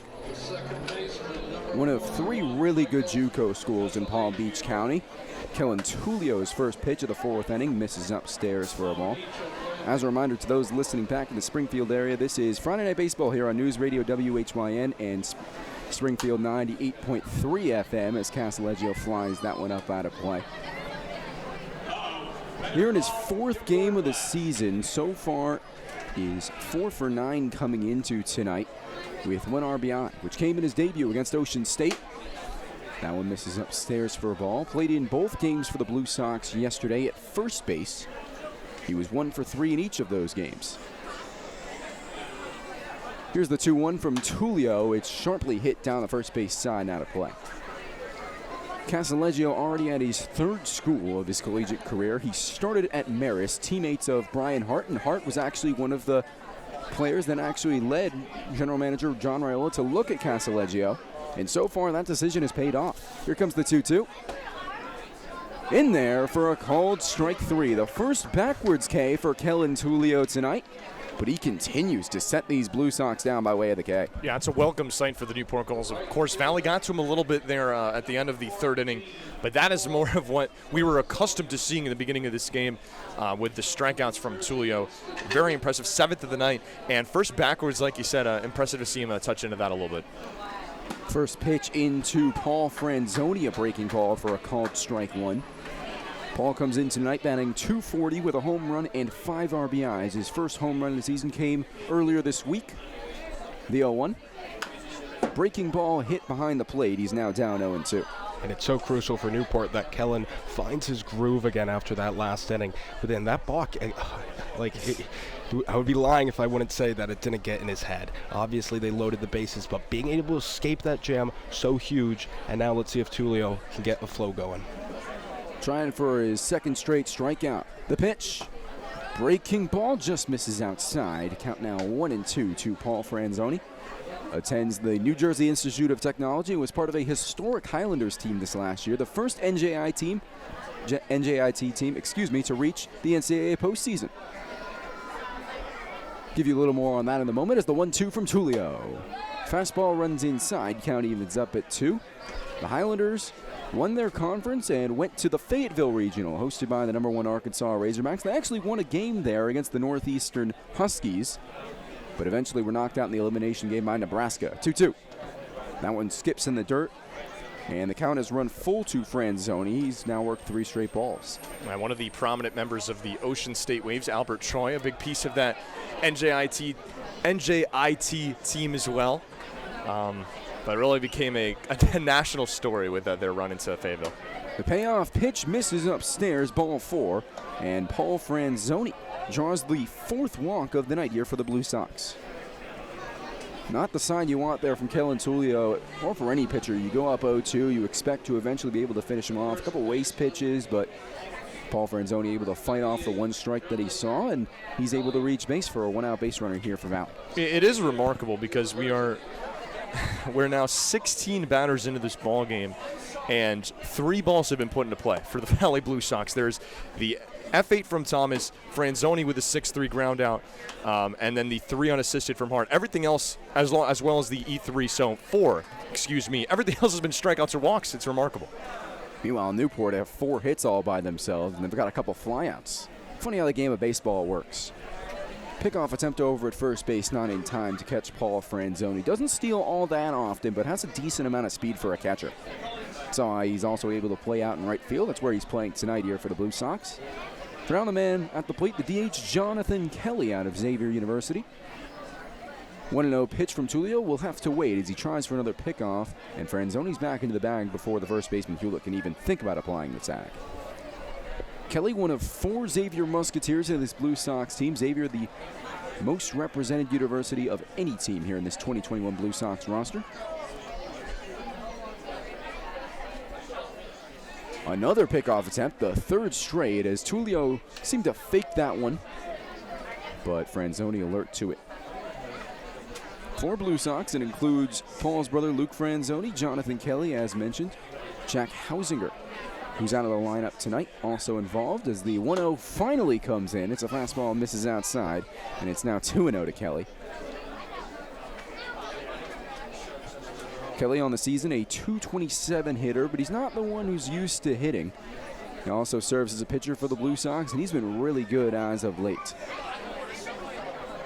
Went 5 innings deep into his last start, including 4 2/3 shutout against the Martha's Vineyard Sharks, but he was given the loss after the last batter they faced. He gave up a 2-run home run to left field. 4th pickoff attempt of this at-bat as Franzoni slides in again. Now we're set for another 2-0. Pitch to Kelly. Fastball misses down and away, and he's quickly up 3-0, and after going up 0-2 to Franzoni, that is now 7 straight balls thrown by the starter for Kevin Winterrode's team. Kelly has played 1 game against the Gulls so far. He was 1 for 5 with a run and a strikeout. 3-0. Misses outside, another ball, and 2 straight walks here for the Blue Sox as a pair on for Nate Thomas. And with how effective Kelton Tulio has been tonight and this season, the one backdrop, the one backfall for him has been the walks. He had 16 of them coming into tonight, which was tied for the Newport Gulls lead. And now tonight with, I believe the count is 5 now for Tulio, 21 on the season, and it's not making these Blue Sox hitters beat them. They're just they're taking balls. They're being smart at the plate, being patient at the plate, and it's giving up an opportunity here without any hits on the board this inning to really do some damage. And after that strikeout to Casaleggio, it looked like Tulio could have really settled back in. He goes up 0-2 against Franzoni. Now 8 straight balls thrown by the starter, who's given up just 1 hit all game. And it right now is the deciding play in this ball game. Still plenty of time here in the top of the 4th inning, but Travis Holt's 12th RBI of the season has the Blue Sox up 1-0 here.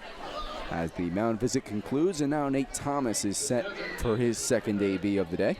Flew out to center field in his last AB. Comes in today batting below 200, 198 with 5 home runs, 13 RBIs, but the stat that stands out is his strikeouts. 44, leads the league in Ks. First pitch to the 6'5" first baseman. Misses outside. The catcher Wood to his knees is able to trap it, and it's now 1-0. 9 straight balls. Thomas making his 5th start of the year against Newport. He's played in every game so far against the Gulls. He is now 3 for 14 with a home run and 2 RBIs. That home run came here at Cardians. 1-0. Runners both go. Thomas drills this one into right field. Here comes Franzoni around from third. The throw goes to third. It's over the third baseman, and this will allow Thomas to take second. An RBI single for Nathan Thomas, his 14th RBI of the season. It scores Paul Franzoni, and he moves up to second after the throw.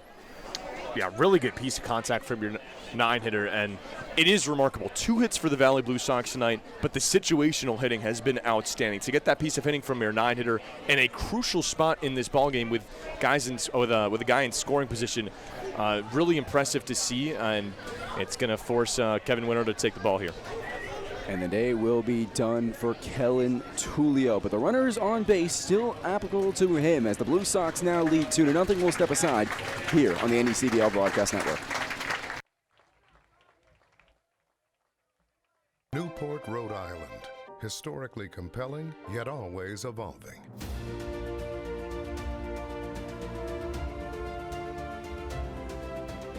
It is the classic coast. Discover Newport.org. You don't have to go far to experience the ultimate in Gilded Age architecture. Immerse yourself in these opulent palaces, the Breakers, the Marble House, and the Elms in Newport, Rhode Island. Open daily, newportmansions.org. Doctors at University Orthopedics have been caring for the people of southeastern New England for more than 40 years. With the Warren Alpert Medical School of Brown University, we train the next generation of orthopedic surgeons. Our state-of-the-art facilities stretch from Westerly to Mansfield. At our East Bay Surgery Center, we've performed thousands of surgeries, including same-day total joint replacements. We've grown through the years, but our goal has always been getting you back to doing what you love to do. The best orthopedic care anywhere is right here. University Orthopedics. You choose your own course, set your own pace. We get that. And our community succeeds when we work together. At People's Credit Union, we've been about people helping people since we first opened our doors in 1922. That's what credit unions do. We serve our members and our communities. And that drives our every action, every single day. That means building strong ties and doing what's right for our community. Because at People's, you're more than just a member. You belong here and always will.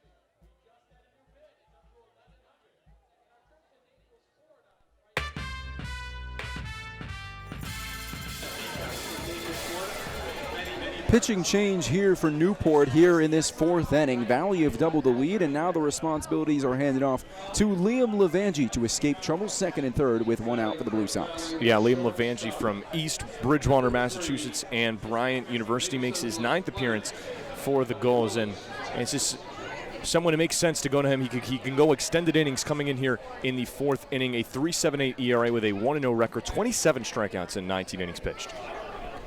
First pitch from him misses upstairs to the top of the order. Lineup card changes over for the second time today. Mason LaPlante, the shortstop from Willis, Texas, and Yale University.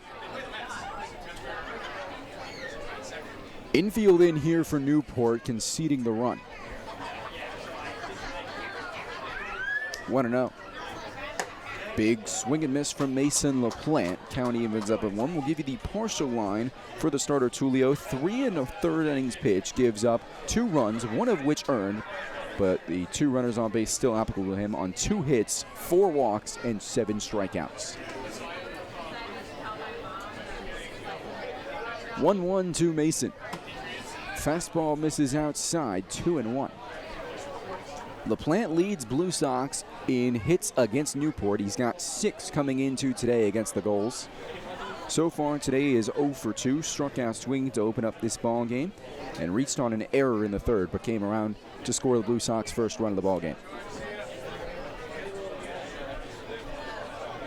Levangie set, 2-1. Big swing and miss from LaPlante. County evens up at 2. 1 out here in this fourth inning, and if Levangie is able to get LaPlante, it would take any kind of sacrifice out of the picture for Hez Randolph's team. LaPlante struggled yesterday, went for a combined 1 for 8 in 2 games, but did have 2 RBIs in that second game against the Bristol Blues. 2-2 pitch.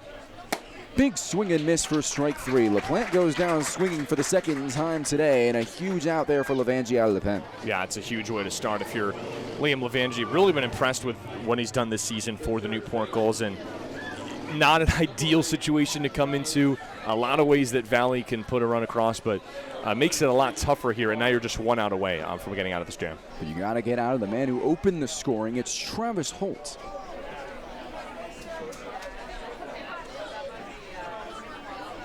Levangie set, first pitch to the South Florida product. Breaking ball. Just misses 1-0.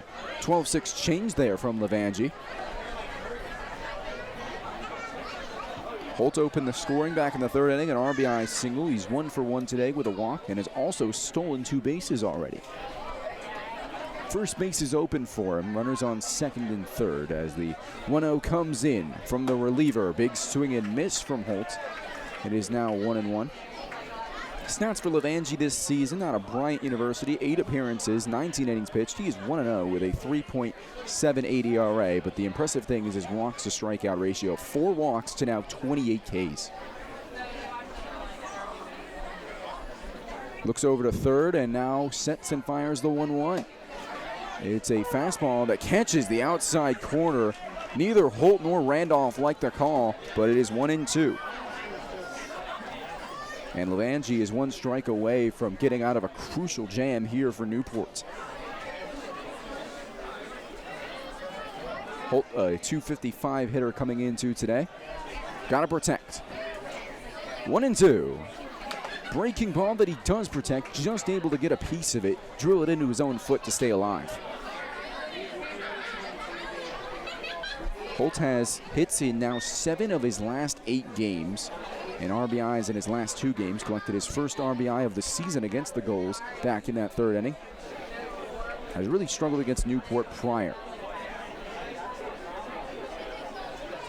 Levangie's 1-2 again. Fastball, got him on the outside corner for strike 3. He comes into the ball game and forces 2 strikeouts to escape a jam for Newport. But the Blue Sox double the lead on the Nate Thomas RBI single. They get 1 run on 1 hit, no errors, and they leave 2 aboard. To the bottom of the 4th we go. 2-0 Blue Sox here on the NECBL Broadcast Network.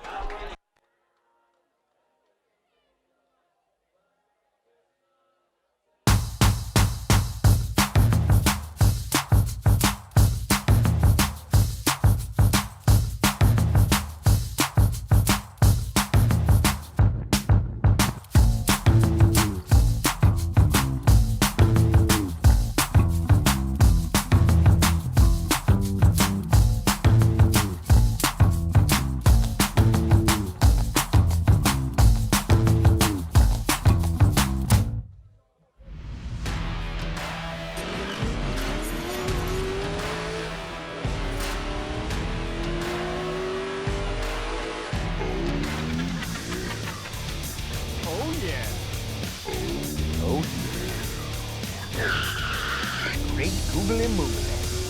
Oh yeah. Oh yeah. Oh yeah. How many times can I say, oh yeah? I'm Becky Gibble, and this is Simply Southern New England, where we'll bring you the best of what this area has to offer. Whether you're looking to explore new neighborhoods, try something new, or stay connected, we'll bring you the best food, fun, and people that make this area what it is. This is Simply Southern New England. Simply Southern New England is brought to you by Harbor One Bank, with you in banking and life.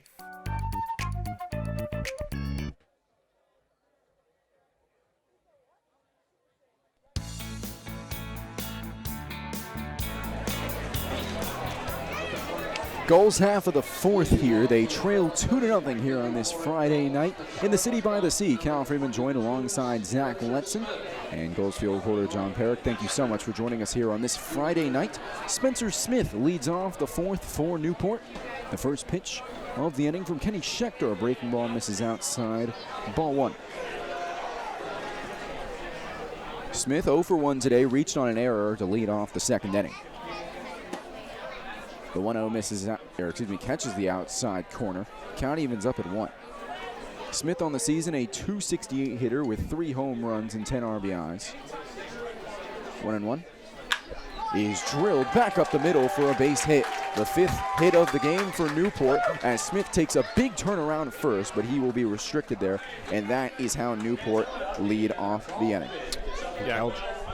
And Cal, just going back to the last inning, how the Blue Sox were able to just disrupt that beautiful start that Tulio was having is very impressive. A lot of great timely hitting. It's a very aggressive base running, and when you look at some great teams that this league has to offer, that's what you need, right? If you're going to win a lot of games in the month of July and the month of June and hopefully get a run into August, you need the aggressive base running and the timely hitting. Well, the Blue Sox have it tonight. First pitch to the DH, Grayson Moore. Big swing and miss for strike one. Moore got the hitting started for both these teams today. Recorded his first hit in over a month back in that second inning, but was stranded at first after a 5-4-3 double play. The 0-1. Fastball misses down and away. Count evens up at 1. For Moore on the season, a .133 hitter with no home runs and 2 RBIs.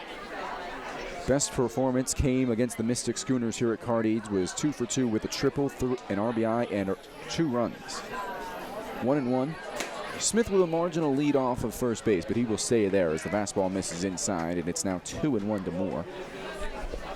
Moore stands 6'3" out of Longwood, Florida, and attends Vanderbilt. He'll surely feature there as his collegiate career ages on. The 2-1. Pitch catches the outside corner. Count evens up at 2. Moore made 5 appearances for the Commodores in 2021. All as a defensive sub. Wasn't part of the travel roster.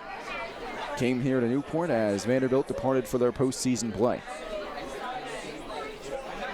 Schechter set 2-2. Runner goes. Ground ball hits sharply to first. Thomas scoops it. Will step on the bag, but it's a productive out for Moore as Smith advances to second base. Yeah, it's the second hit and run at the perfect time for the Newport Gulls. If you remember back to the first inning, they did a hit and run with Dawson Brigman on what was a ground out. And there you have an opportunity potentially for a 3-6-3 double play or something of the sort. But with Smith running, that pays huge dividends for Newport, who are trying to chip into this deficit. Bryce Hewlett, first baseman out of Pittsburgh, steps in. Native of Florida. First pitch from Schechter. Fastball misses down and away for ball 1. Select Physical Therapy, the official provider of athletic training services to the Valley Blue Sox. The center's focused on patient safety more than ever, offering a safe environment for you to receive physical therapy. Select Physical Therapy, the power of physical therapy. 1-0 pitch from Schechter. Breaking ball misses way upstairs. It's now 2-0 to Hewlett.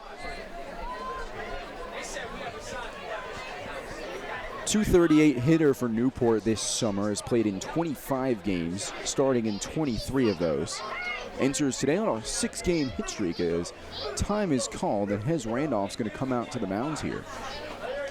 Yeah, and for Hewlett, kind of going back to what you were saying, has really turned it on for Newport, despite maybe what that average doesn't really tell the whole story. 238 now, was sitting at 190 not too long ago at the start of this stretch, and him along with Matt Wood have really played a really pivotal role in this middle part of the order, and well, that's what Newport's going to need to try to break out of this funk. And we're still looking for their first run tonight, and be a huge opportunity here for Hewlett to get that big swing. For Schechter so far today, he's thrown a shutout 3 1/3, but he's only gotten 1 strikeout. Hasn't walked any batters, but he's had to rely on his defense to get him out of a couple of situations after he's given up some solid contact. This is someone you don't want to give up solid contact to. Bryce Hewlett, who had 27 RBIs this last year for the Pittsburgh Panthers, including 8 RBIs in a single series against the Miami Hurricanes. In what was a huge series win for Pittsburgh, the number 17 team in the nation at the time, but really collapsed to end the year, and a really shocking end to the season to not be in postseason play as the 2-0, another breaking ball upstairs, 3-0 now to Hewlett. First base is open. Runner on second is Smith after the single and ground out by Grayson Moore. Hewlett grounded into that double play back in the second in his first AB. 3-0 from Schechter is drilled into deep left field. Brian Hart camps underneath it. He makes the catch. So Hewlett swings 3-0, a bit of an unwritten rule here in baseball, and it does not pay off for him. 2 gone.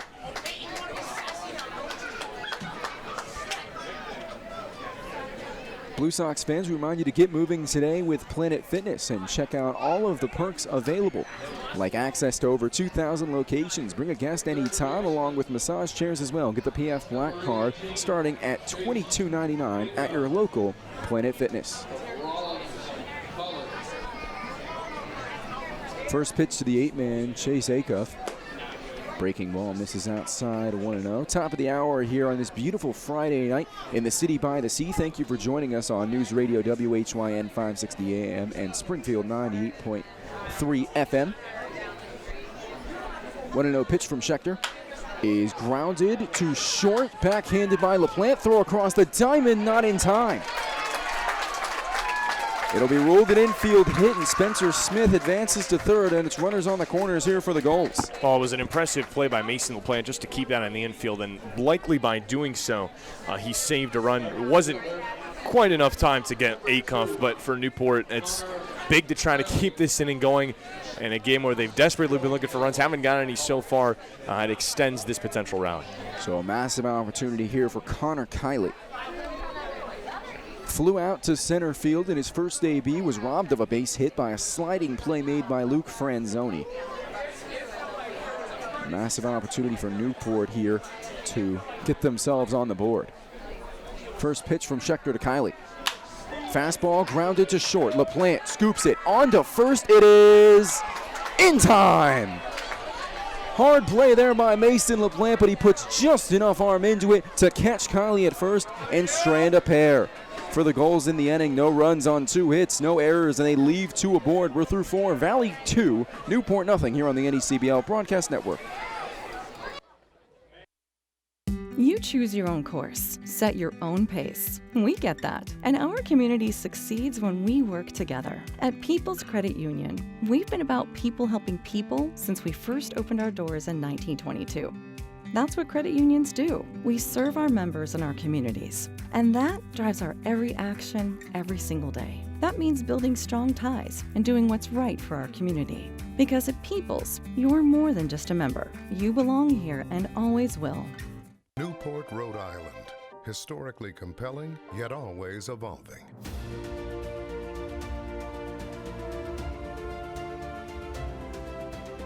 It is the classic coast. Discover Newport.org. You don't have to go far to experience the ultimate in Gilded Age architecture. Immerse yourself in these opulent palaces, the Breakers, the Marble House, and the Elms in Newport, Rhode Island. Open daily, newportmansions.org. Doctors at University Orthopedics have been caring for the people of southeastern New England for more than 40 years. With the Warren Alpert Medical School of Brown University, we train the next generation of orthopedic surgeons. Our state-of-the-art facilities stretch from Westerly to Mansfield. At our East Bay Surgery Center, we've performed thousands of surgeries, including same-day total joint replacements. We've grown through the years, but our goal has always been getting you back to doing what you love to do. The best orthopedic care anywhere is right here. University Orthopedics.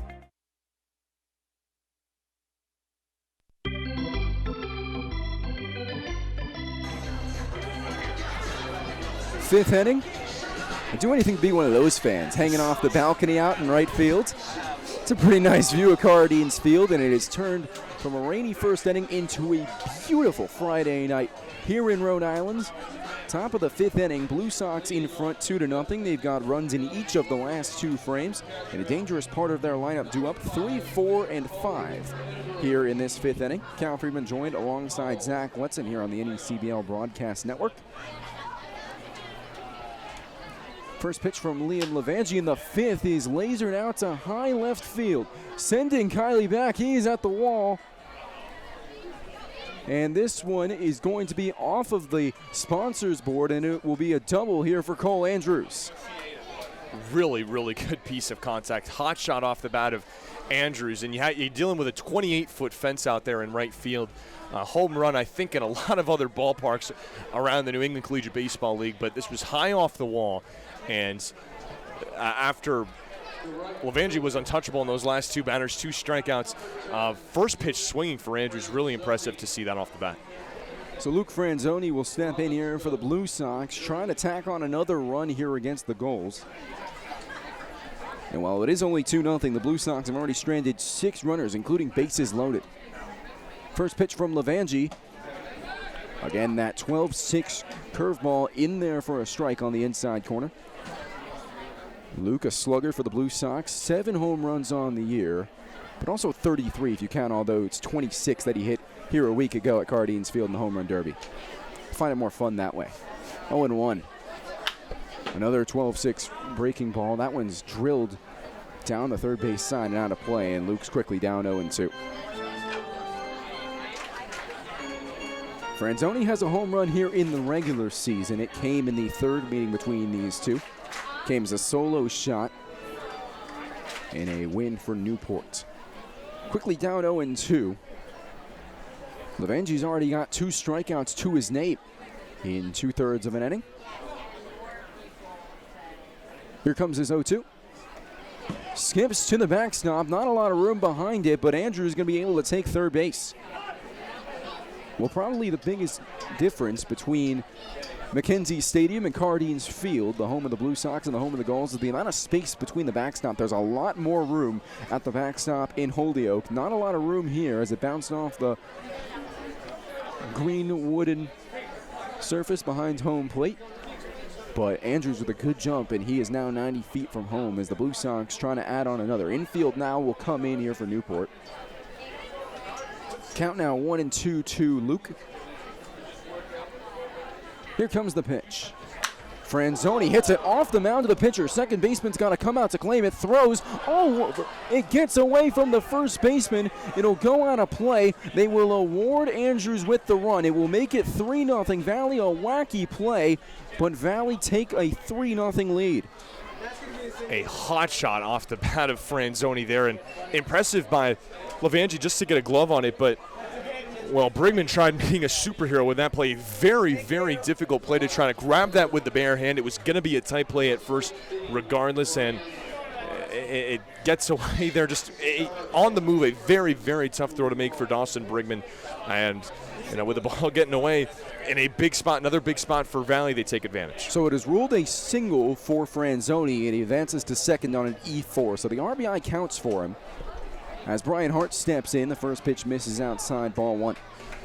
Well, we talked about rainbows, leprechauns, pot of golds earlier on the broadcast. Well, at this point, it's going to take a few of those to change Newport's fortunes. It seems like every bad break possible is just happening for this Gulls team. His 16th RBI on the season for the Xavier outfielder, as a bit of a pitch out on the breaking ball. They were trying to check over at second base. Count now evens up at 1.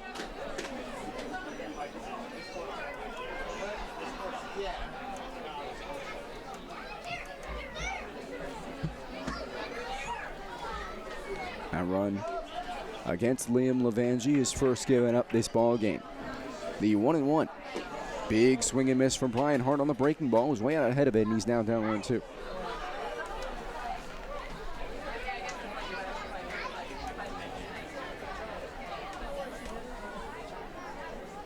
Hart on the season with 10 home runs for the Blue Sox, including one the other day, a solo shot in game 1 of that doubleheader. This one's grounded. This time it's gloved by Levangie. He looks at the runner going to second, but throws on to first. Excuse me, that runner going up to third. So Luke Franzoni is up to third base, and it's productive out there for Brian Hart.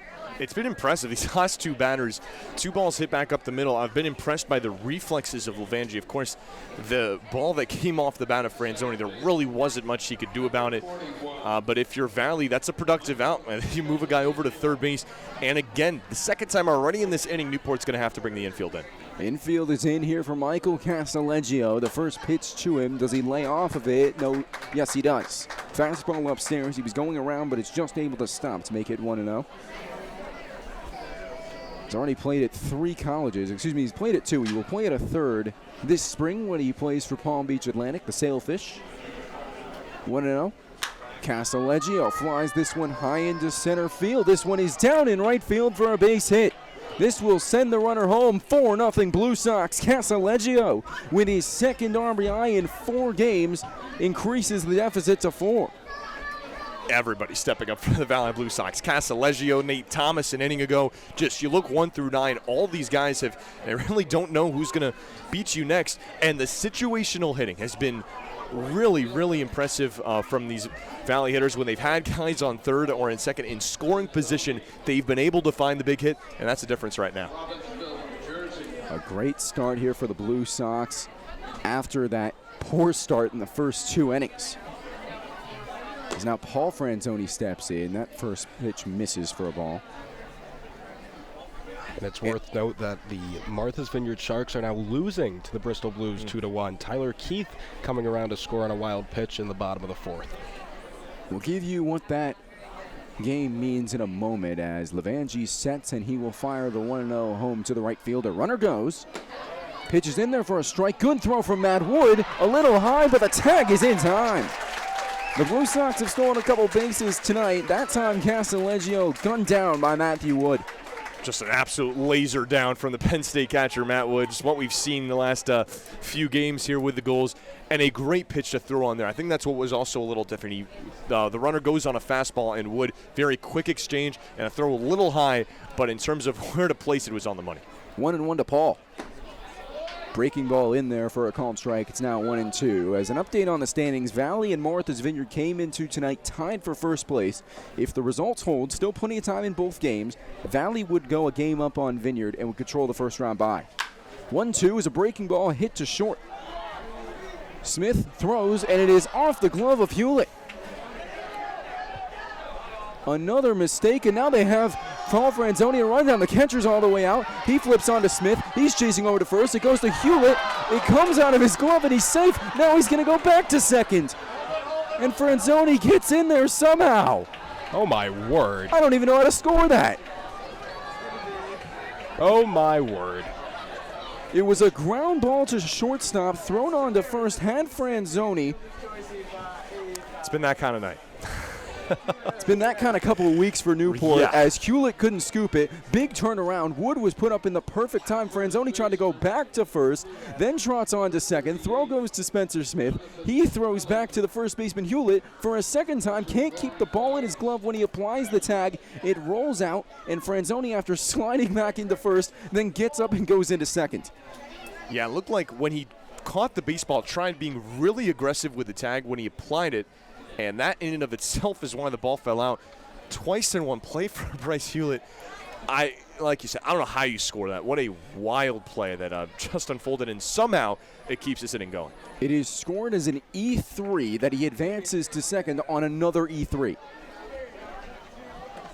That one goes off the glove of Wood. He's got no idea where he is, and that will allow Paul Franzoni to advance to third base. A calamity of errors here for Newport in this 5th inning, and the Blue Sox now with a runner 90 feet from home. This team just looks like they're in an absolute fog out there. 9 consecutive losses. You're at home. It's a Friday night. This is a game where you really need to win. And the Gulls, it looks like they don't have their A game.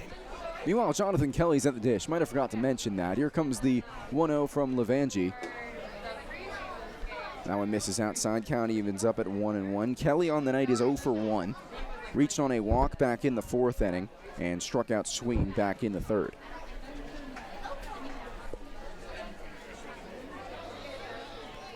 Six of the first 8 Blue Sox struck out tonight as the 2-0 comes in and it's a called strike. But since then, they have responded with 4 runs on 5 hits, but they have been helped out by Newport. Already 4 errors tonight against Kevin Winter-Rhodes' team. What a strange night at the ballpark, and we're only halfway through. Not quite halfway through. 2-1 is hit to the backstop. Count evens up at 2.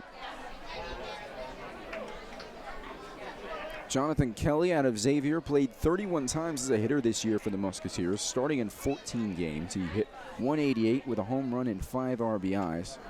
Started the year with 4 RBIs in his first 2 games against a quality opponent in Texas A&M. Musketeers took that series. 2-2 pitch here from Levangie is a fastball that just misses outside. The count runs full here to Kelly. Very close call there made by Russell Chapman, but he says not enough on that inside. And Kelly is in position for his 2nd walk of the night or his 2nd strikeout of the night. Yeah, it's important not to lose him here. It's still just a 4-run game if you can keep it at that. But now, not really a whole room in terms of where to put him, because you don't want to put him on the base paths, but you don't want to give him something too good to hit for Valley and a team that they have been helped out by the Newport Gulls, but when they've put runners in scoring position, they have been so successful in finding the big hit. Right now, home plate umpire Russell Chapman writing something down. It might have been a warning. We saw this last night as one of the coaches for the Bristol Blues was actually given a warning last night. Jim Deshane, the 3rd base coach. For now, 3-2, 2 out, runner on 3rd. Valley have already got 2 across in this frame. Kelly looking for 1 more. Payoff pitch. Fastball inside, ball 4. Jonathan Kelly draws his 2nd walk of the night, and it's runners on the corners here for the Blue Sox.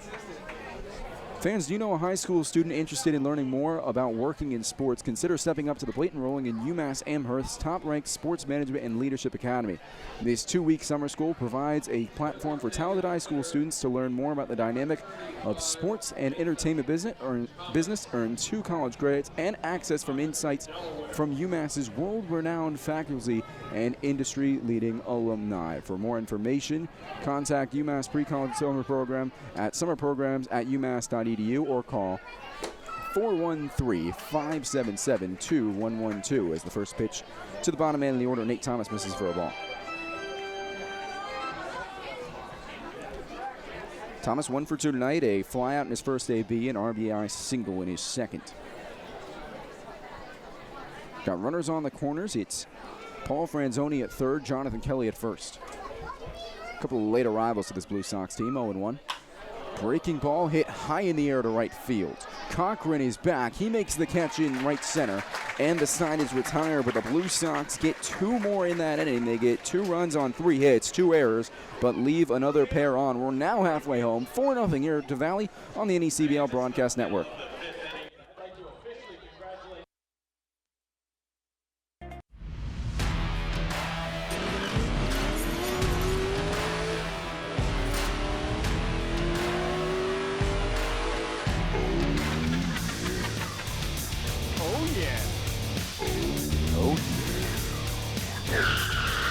Great googly moogly. Oh yeah. Oh yeah. How many times can I say oh yeah? I'm Becky Gibble, and this is Simply Southern New England, where we'll bring you the best of what this area has to offer. Whether you're looking to explore new neighborhoods, try something new, or stay connected, we'll bring you the best food, fun, and people that make this area what it is. This is Simply Southern New England. Simply Southern New England is brought to you by Harbor One Bank, with you in banking and life.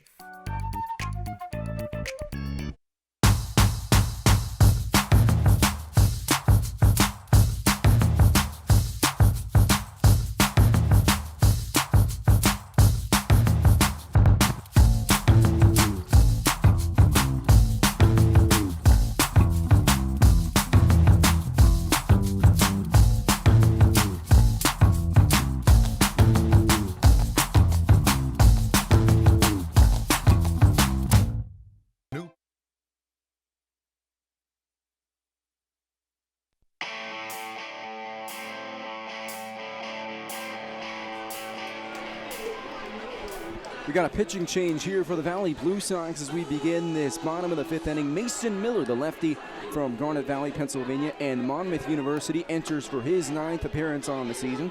For Miller so far, 14 innings pitched. He is 0-1 with a 6.42 ERA, 8 walks to 10 strikeouts. His last appearance came earlier this week, throwing a shutout 1 2/3 innings pitched against the Ocean State Waves with 3 strikeouts. He will face off against the top of the Newport order, starting with Kenny Oyama. We will give you the finish line for the Blue Sox starter, Kenny Schechter, in a moment. For now, the 5'4" center fielder Oyama steps in for his 3rd AB of the day. First pitch. Fastball misses outside for Mason Miller. His outing is underway. The outing is done for Schechter. 4 innings pitched, gives up no runs on 6 hits, no walks, and 1 strikeout. For the Blue Sox starter, he is not in line for the win. He didn't pitch long enough. That pitch in there for a called strike. Count evens up at 1. And Newport's mental toughness is about to be tested, unlike it's ever been tested all year long. Right now, it's so easy to go through the motions when you've lost 9 straight. 1-1. He squares down for a bunt, but it's tipped to the backstop. He's now down 1-2.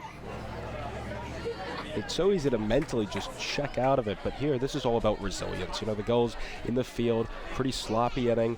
They really haven't shown much of a flow since the 2nd inning when Kellen Tullio was dealing. But now you got to be mentally tough and be resilient. 1-2 to Miller. From Miller. Fastball outside. Count evens up at 2. Oyama comes in today batting .259 with a lone home run and 8 RBIs. 2-2 pitch. Oyama hits this one to second. Casaleggio makes a couple steps over and makes the catch for the first out of the inning. Blue Sox fans, the Daily Hampshire Gazette, the Pioneers Valley's newspaper covering Holyoke to Deerfield and Bleachertown to the Hilltowns, was awarded the New England Newspaper of the Year for their local news coverage. Home delivered 6 days a week and online 24/7 with digital subscription options. Pick up a copy on the newsstand, subscribe, or visit gazettenet.com. The Daily Hampshire Gazette covering Pioneer Valley since 1786 as first pitch into Brigman misses for a ball. Brigman's 0 for 2 tonight, reached in the first on an error by 3rd baseman Travis Holt. 1-0 for Miller. Swung on and missed. Count evens up at 1. Brigman out of San Jose, California, and Santa Clara. Goes there with his brother Coleman Brigman. Leads the Gulls in 2 categories. 1-1. Misses outside, 2-1. He leads the current Gulls in RBIs with 14 and walks with 20. Still plenty behind the former Gull, Justin Guerrera, who was drafted by the New York Mets in the 2021 MLB draft. 2-1 here to Brigman. Swung on and missed. 2-2 now. I think for the Gulls, it's just kind of been about finding their identity since, the departure of Guerrera and the departure of 2 of their best starting pitchers, Jimmy Kingsbury and Jack Aldrich. And, it's still 10 games to go with a chance to find the adjustment, but it gets tougher and tougher as the season kind of winds down here. 2-2. Fastball runs outside. Count runs full here to Brigman. Brigman was a coach's selection for the 2021 All-Star game, and he came through for Kevin Wintroud when he was asked to. Was 1 for 2 in that game with a single. Couldn't really help the South, though. They lost that game 6-2. The payoff pitch misses outside, ball 4. Newport have a 1-out base runner here in the bottom of the 5th.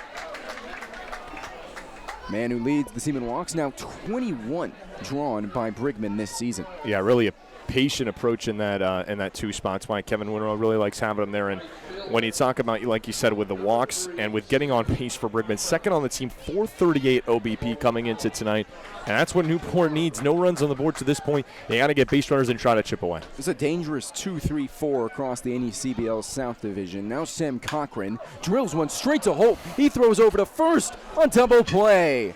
A 5-3 double play. He makes the catch, slings it over the bag, and the inning is over. No runs on no hits, no errors, and they leave none aboard after the double play. We're through 5. 4-0 Blue Sox here on the NECBL Network.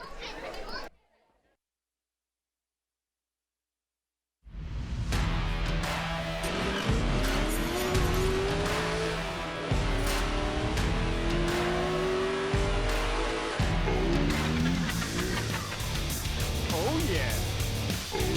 Oh yeah. Great googly moogly. Oh yeah. Oh yeah. Oh yeah. How many times can I say oh yeah? I'm Becky Gibble, and this is Simply Southern New England, where we'll bring you the best of what this area has to offer. Whether you're looking to explore new neighborhoods, try something new, or stay connected, we'll bring you the best food, fun, and people that make this area what it is. This is Simply Southern New England. Simply Southern New England is brought to you by Harbor One Bank, with you in banking and life.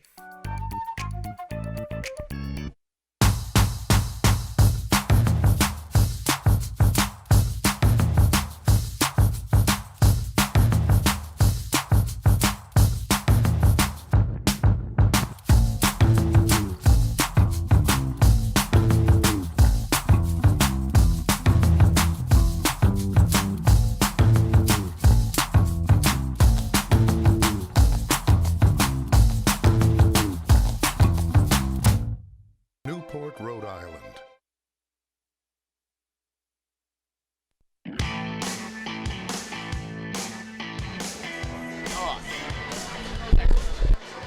Sun fading fast here in Newport as the floodlights have really illuminated Cardine's Field, and it will illuminate a new pitcher here for the Newport Gulls. The man from the nation's capital, Luke Schauer, enters for his 4th appearance of the season, the first against the Blue Sox. He has thrown 7 innings so far. He is 0-1 with a 5.14 ERA.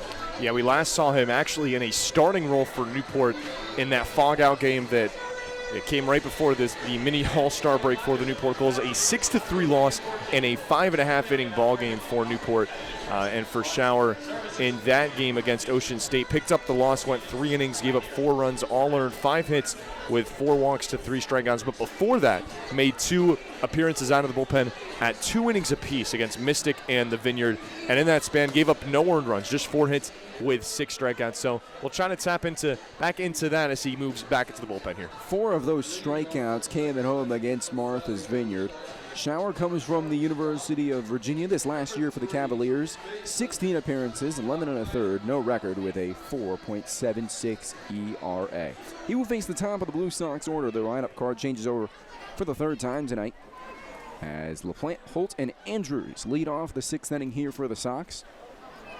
Been an uncharacteristic night for Mason LaPlante so far, is 0 for 3 with a pair of strikeouts. First pitch from Schauer is a breaking ball that misses upstairs. LaPlante did come around to score the first run of the game for the Blue Sox, reached on an error in the 3rd, but then scored on the balk. Moved him up to 2nd, and then an RBI single by Travis Holt. Since then, the Sox have added 3 more. When you give this Valley team an inch, they really have taken a mile tonight on the LaPlante error and other. I mean, Newport's got 4 of them tonight, but they've really taken advantage of every small situation. The 2-0 pitch is a breaking ball that bends its way in there for a called strike. It's now 2-1. This is the 5th meeting of the season between the Blue Sox and the Gulls. Newport lead this series 3-1. The lone win for the Blue Sox came in the last meeting between these two here at Cardine's Field, the last visit of the 2021 regular season for the Blue Sox here to Cardine's Field. 3-1 now to LaPlante, batting .275 coming into today. 3-1. Lays off of it, but it catches the outside corner to fill the count. LaPlante with 3 home runs and 24 RBIs. One of those home runs came here at Cardine's Field in that crazy 12-10 win for Newport. As that one runs inside, it hits Mason LaPlante, and the Blue Sox get a leadoff base runner by LaPlante. Yeah, just slipped down to the arm there for Schauer, and not necessarily the start you want. Like we said, you give this Valley team an opportunity with guys on base. They have cashed in, and another insurance run will be big for them here. So Schauer's got to just shake that off and try to bounce back here in the 6th. See how aggressive the Blue Sox are here with a 4-run lead, but they've already got a couple stolen bases. The last time they tried that, Michael Casaleggio was caught trying to steal second. Minimal leadoff first by LaPlante as the first pitch comes in, misses for ball 1 to Travis Holt. The former High Point Panther, now turned Butler Bulldog. Very good career for High Point in North Carolina. 1-0 pitch. Breaking ball hit high in the air, but barely out of the infield. Shortstop ranges back. Smith makes the catch to retire Holt for the first out of the inning. Home run in an elevator shaft, I would like to say. And we have seen, albeit actually the first time that Valley was here, of course, in that crazy fog game, I believe we had 3 pop-ups fall because of the weather implications, and it brought the umpiring crew to decide that it just wasn't playable. That game went final in 6 innings. One of a couple of fog outs across the NECBL this season. First pitch to Andrews. Breaking ball misses upstairs as LaPlante scurries back into first base. Andrews today 1 for 2. Doubled off the wall in his last AB and came around to score.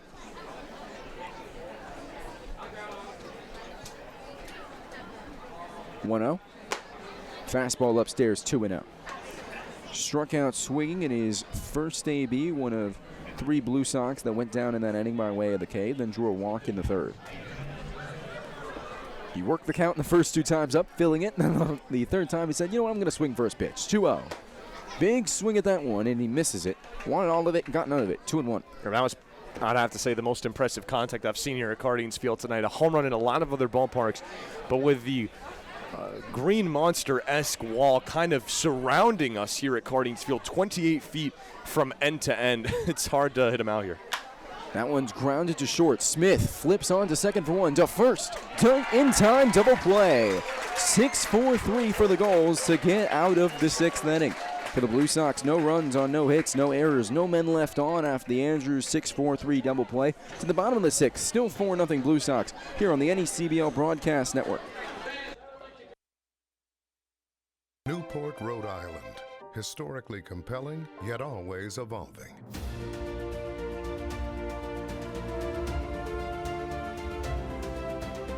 It is the classic coast.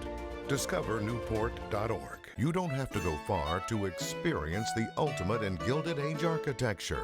Immerse yourself in these opulent palaces, the Breakers, the Marble House, and the Elms in Newport, Rhode Island.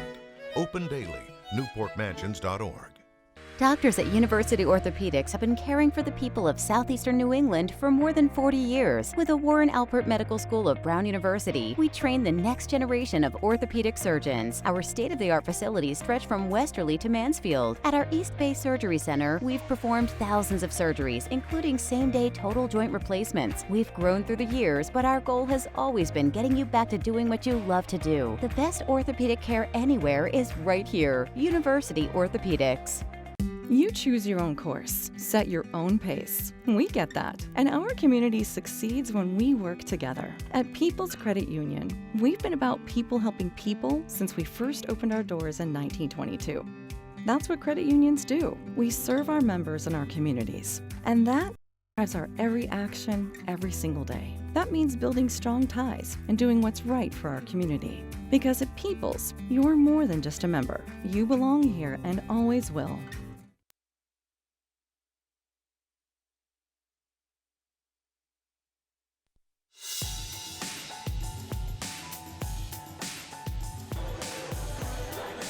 Four, 5, and 6 due up for Kevin Winterode's Newport Gulls here on this Friday night. Sun is completely set here in the city by the sea.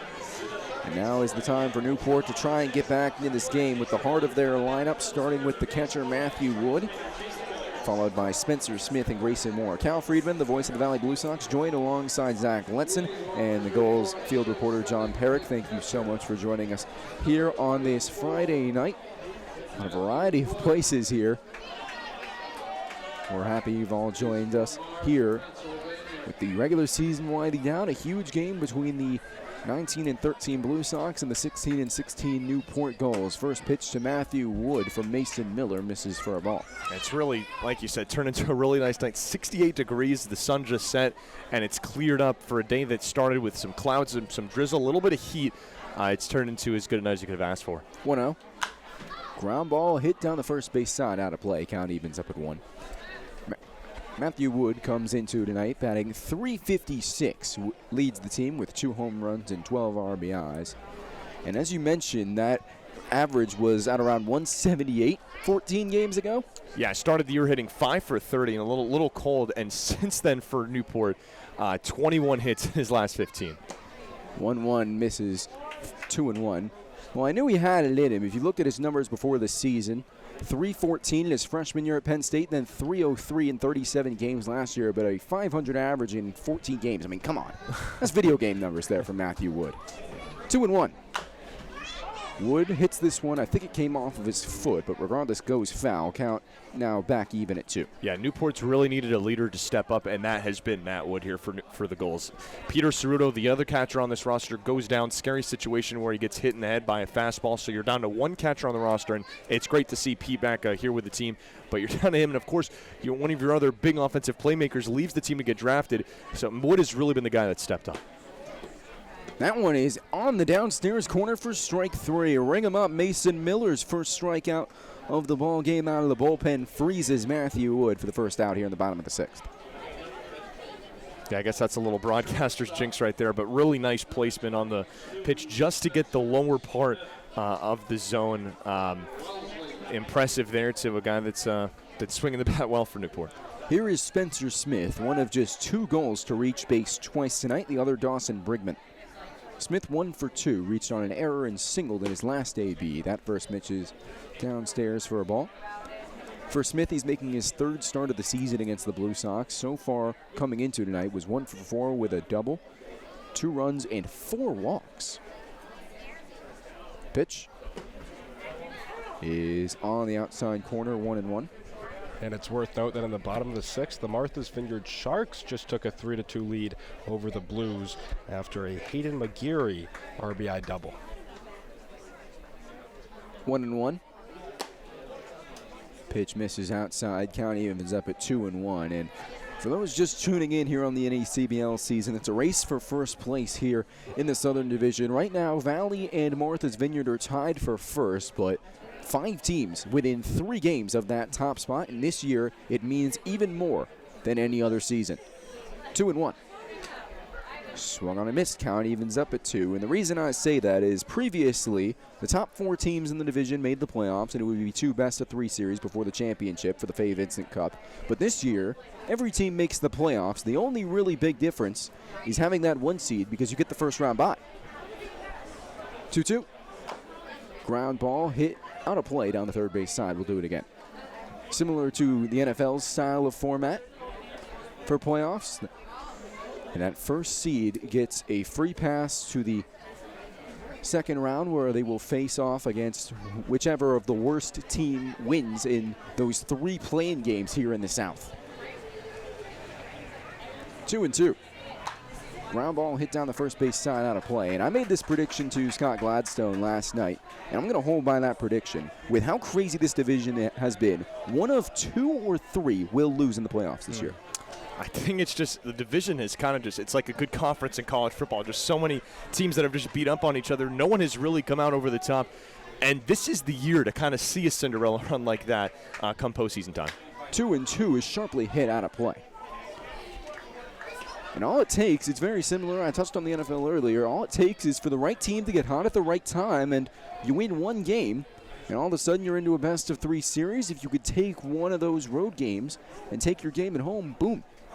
You're 2 wins away from competing for the Fay Vincent Cup. For now, back to the action. 2-2 to Spencer Smith, who's grounded down the first base side. Thomas out to get it, flips to Miller at first. It is in time, just about. Smith with a good fight in that at-bat, and he almost legged out an infield single, but Thomas off his line and able to record the out. Yeah, smooth as butter from Thomas over to Miller. That play required both guys to move very quickly, and just really clean piece of defensive work by Thomas and by Miller. And it's been that kind of night defensively. We've seen plays like that from the Valley Blue Sox. So now Grayson Moore will step in. 2 outs and no one on. That pitch is in there. Strike 1. 0-1 now to Moore. 1 for 2 tonight. Singled back in the 2nd inning, the first hit of the ball game, then grounded out to first back in the 4th inning. 0-1 to the Vanderbilt Commodore. Swung on a miss. Down 0-2 now is Moore. We've seen some Cinderella story runs, and almost every major sport now. We saw the Atlanta Hawks go all the way to the conference finals in the NBA. The Tampa Bay Buccaneers, while it wasn't a Cinderella story, did have to win 3 road games to get to that Super Bowl to take down Kansas City. 0-2. Just misses outside, 1-2. And then, of course, we saw the Montreal Canadiens, likely the biggest Cinderella story of them all. The last team to clinch the playoffs in the NHL. But in that Canadian division, able to beat Toronto and Winnipeg before knocking off the Vegas Golden Knights. 1-2 is drilled opposite field towards the warehouse. This ball is going to be ruled foul, I believe it is.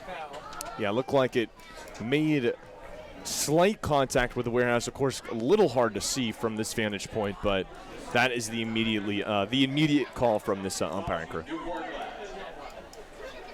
So now Moore will do it again. Decent piece of contact at the opposite field from the right-handed hitter. Made his Gulls debut actually against the Blue Sox, was 1 for 2 with a pair of runs and a pair of walks in one of 3 Gulls wins over Hez Randolph's team. 1-2 pitch. Breaking ball in there, called strike 3, side retired.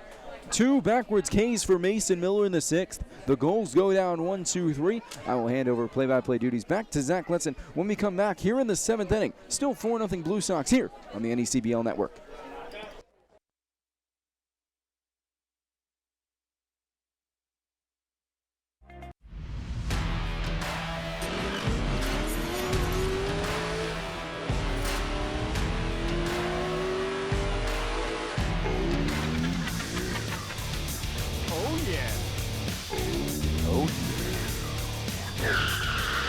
Great googly moogly. Oh yeah. Oh yeah. Oh yeah. How many times can I say oh yeah? I'm Becky Gibble, and this is Simply Southern New England, where we'll bring you the best of what this area has to offer. Whether you're looking to explore new neighborhoods, try something new, or stay connected, we'll bring you the best food, fun, and people that make this area what it is. This is Simply Southern New England. Simply Southern New England is brought to you by Harbor One Bank, with you in banking and life.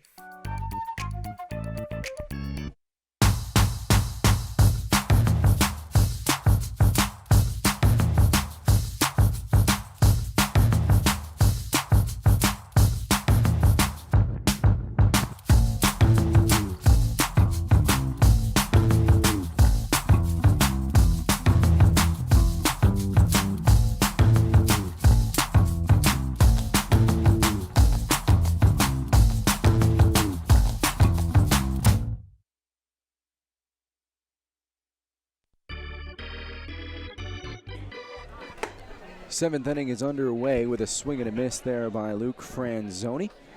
Now it's time to hand duties back over to the home play-by-play broadcaster, Zach Letson. We'll have you through the rest of the game. Well, thank you, Cal. 4, 5, and 6 for Valley on top. 4-0 against Newport here on Friday night. And 2 quick strikes from Luke Schauer to the home run derby champion, Luke Franzoni, who was working on a 1 for 2 day. Today has been on base twice with a single and a walk. Swings and misses at the 0-2. Good morning, good afternoon, and good night. 3-pitch strikeout gets things started in the 7th. Yeah, how about Luke Schauer after that hit by pitch to open up the 6th inning, works a pop out, a double play, and now a 3-pitch strikeout here to Franzoni, and that's exactly what he's going to have to be asked to do. Just keep this game at bay while the Gulls bats find their form again. Now we'll face Brian Hart, who takes a big hack for strike number 1. 4 runs on 5 hits, 1 error for the Valley Blue Sox, no runs on 6 hits, and 4 errors for the Newport Gulls.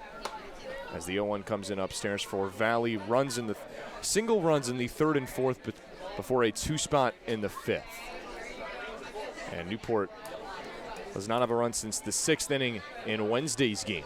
It's 9 straight frames, as they'll check down and say that Hart's able to hold up on this pitch.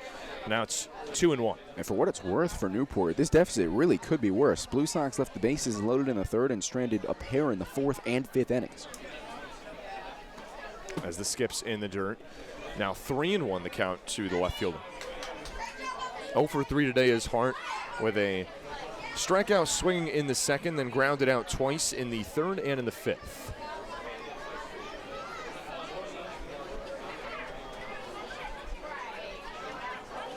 As the 3-1 comes in and clips Hart on the shoulder. So a second hit batsman from Luke Schauer, and it puts a 1-out base runner on for the Blue Sox. Yeah, it's been on the same pitch, that curveball, trying to place it with 3 balls, trying to make the hitters, swing at it, and both times he's lost control of it and it beamed on the inside. Brings up Michael Casaleggio, who had a big hit in that 5th inning. For Valley tonight, have really succeeded with getting hits at opportune times, as this pitch just misses. An RBI single for Casaleggio, who has otherwise struck out twice, one looking, one swinging.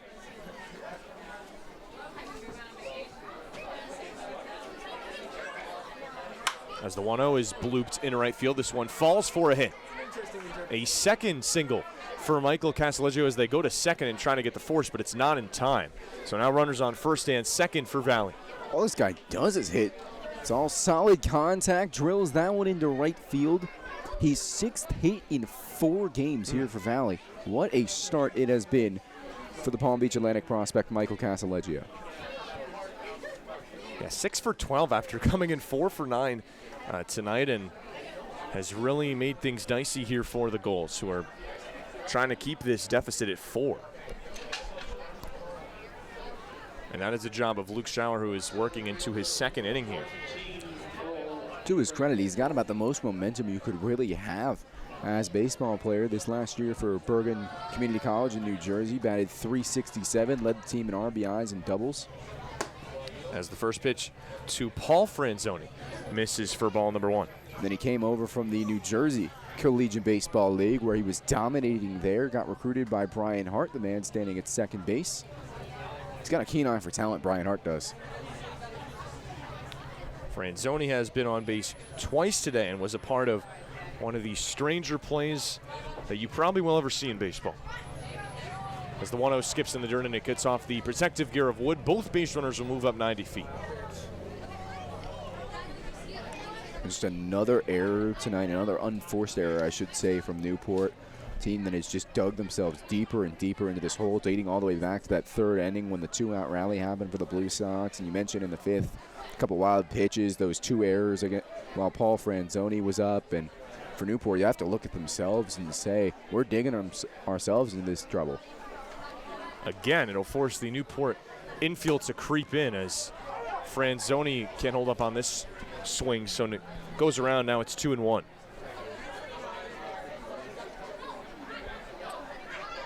And asking Schauer to get out of a lot of trouble here. As the 2-1 right down the middle make it 2-2 to Franzoni. Well, that play that happened in the 5th.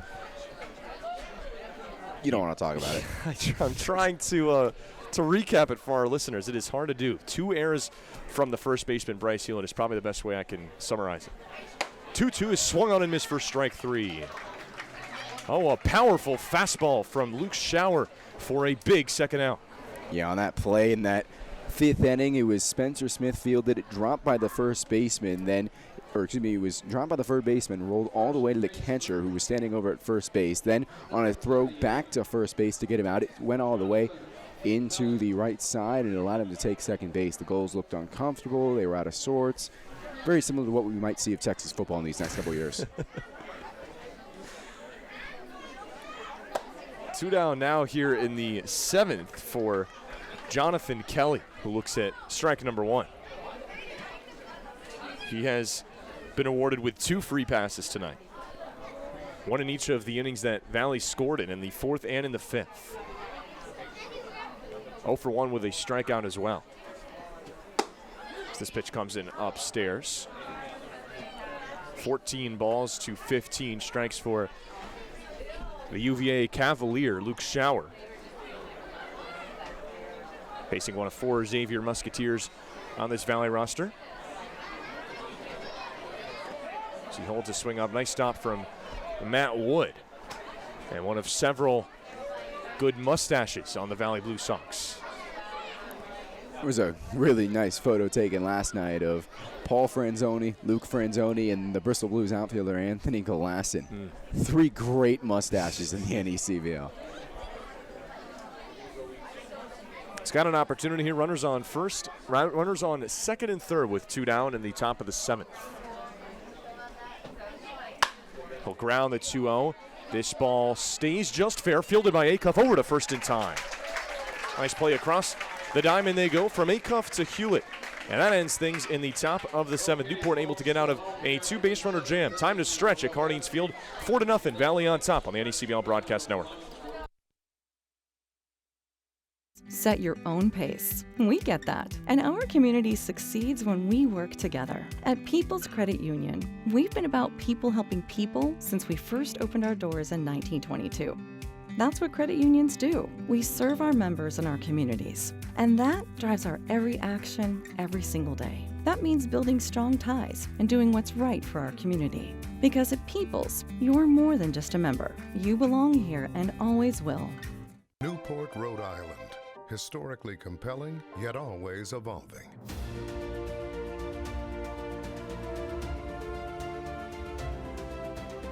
It is the classic coast.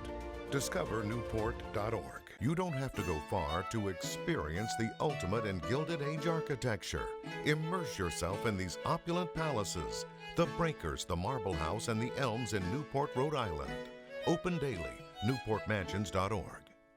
Doctors at University Orthopedics have been caring for the people of southeastern New England for more than 40 years. With the Warren Alpert Medical School of Brown University, we train the next generation of orthopedic surgeons. Our state-of-the-art facilities stretch from Westerly to Mansfield. At our East Bay Surgery Center, we've performed thousands of surgeries, including same-day total joint replacements. We've grown through the years, but our goal has always been getting you back to doing what you love to do. The best orthopedic care anywhere is right here. University Orthopedics.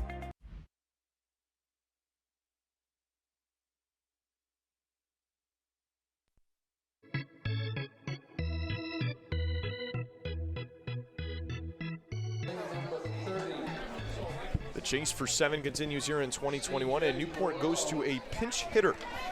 Bryce Hewlett's day is done, and Cal Perillo will get his first hacks here at Cardines Field since returning to the team.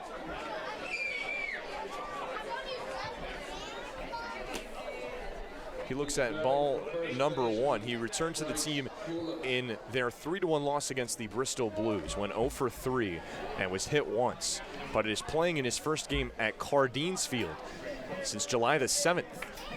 And coincidentally, that was the last home game the Newport Gulls won. It was an 8-1 win over the Mystic Schooners. Chops this one high over to LaPlante, able to pick it and throw over to first in time. Nice play by LaPlante. There's one gone. What a great pick there at shortstop. And this Newport Gulls team, goodness sakes, they just need a spark right now. They just seem so depleted, so quiet at the plate, not getting anything going. And this is just the same story we've seen over the last week and a half. The Gulls can't do anything at the plate, and how they're going to be able to turn that chapter, how they're going to be able to get back on track, still remains to be seen. Well, Miller, who started this inning, may not be coming out of this ball game as manager Hez Randolph takes the ball, and it'll be a call to the bullpen for the Valley Blue Sox. So we'll step aside and have the new pitcher for you on the other side. 4-0 Valley over Newport. Be right back on the NECBL Broadcast Network. You choose your own course, set your own pace. We get that. And our community succeeds when we work together. At People's Credit Union, we've been about people helping people since we first opened our doors in 1922. That's what credit unions do. We serve our members and our communities. And that drives our every action, every single day. That means building strong ties and doing what's right for our community. Because at People's, you're more than just a member. You belong here and always will. Newport, Rhode Island. Historically compelling, yet always evolving.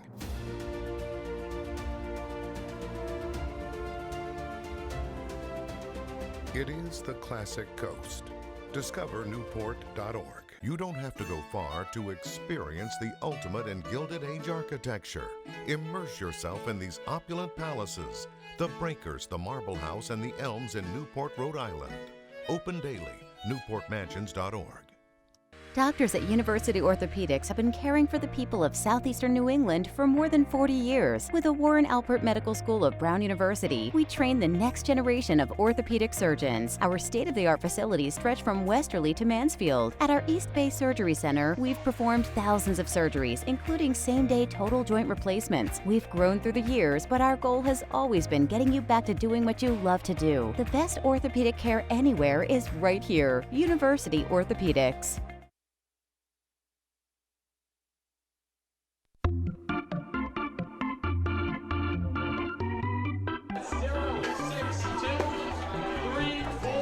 Back here at Cardines Field as the Valley Blue Sox go to the bullpen, making a change, handing things over to Daniel Patisak, who has numbers that will really stick out to you this season for the Charleston, South Carolina native. Yeah, he's been incredible for the most part this season for the Blue Sox. 2-2 with a 1.84 ERA, 7 walks to 18 strikeouts, and has 3 saves this season. Last time he pitched, tried for a save situation, but couldn't quite do it.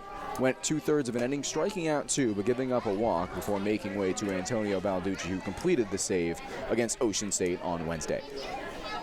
And closed the line on Miller, who went 2 1/3 innings and did not give up a hit. Walked 1 with 2 strikeouts. As the first batter Patisak faces is Chase Acuff, and he's quickly ahead 2-0.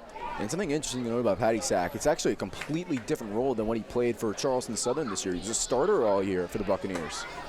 Huge swing from Acuff, and now it's 2-1 for Chase, who actually had the last hit for the Newport Gulls. Came in the 4th inning. We now sit in the 7th. Since then, just 1 Newport base runner, and it was on a walk by Dawson Brigman. And there's another base hit for Chase Acuff. Multi-hit night for the third baseman, Newport, with a 1-out hit. And there's a pulse. There is a pulse. Great hitting there, going right up the middle. Hard hit ball.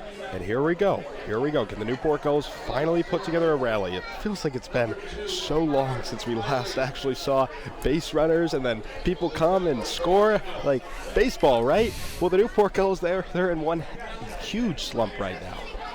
Brings up Connor Kiley, scores around a bunt and misses on the bunt. An aggressive throw down to first by Andrews, but diving back in safe is Acuff. So it goes down as a strike. Yeah, he's an aggressive catcher, Cole Andrews. Always is going to try and get any kind of base runner he can. He's thrown out a lot of guys this year. 0-1 the count to the left fielder, who shoots this a mile in the air. Travis Holt makes the catch. So now there's 2 gone. That might be the case of just being a little too aggressive. Not necessarily the greatest pitch to swing out on the inside, a breaking ball. But he gets on the end of it and just lifts it, but doesn't lift it very far. Turns the lineup card over for Kenny Oyama, who's got one of the 7 goals hits tonight. Single that came in the 3rd inning. Newport is looking for their first runs. First runs tonight and first runs since the 6th inning yesterday. 9 straight frames without a run for Newport. Had 2 runs on Wednesday and 1 run on Monday.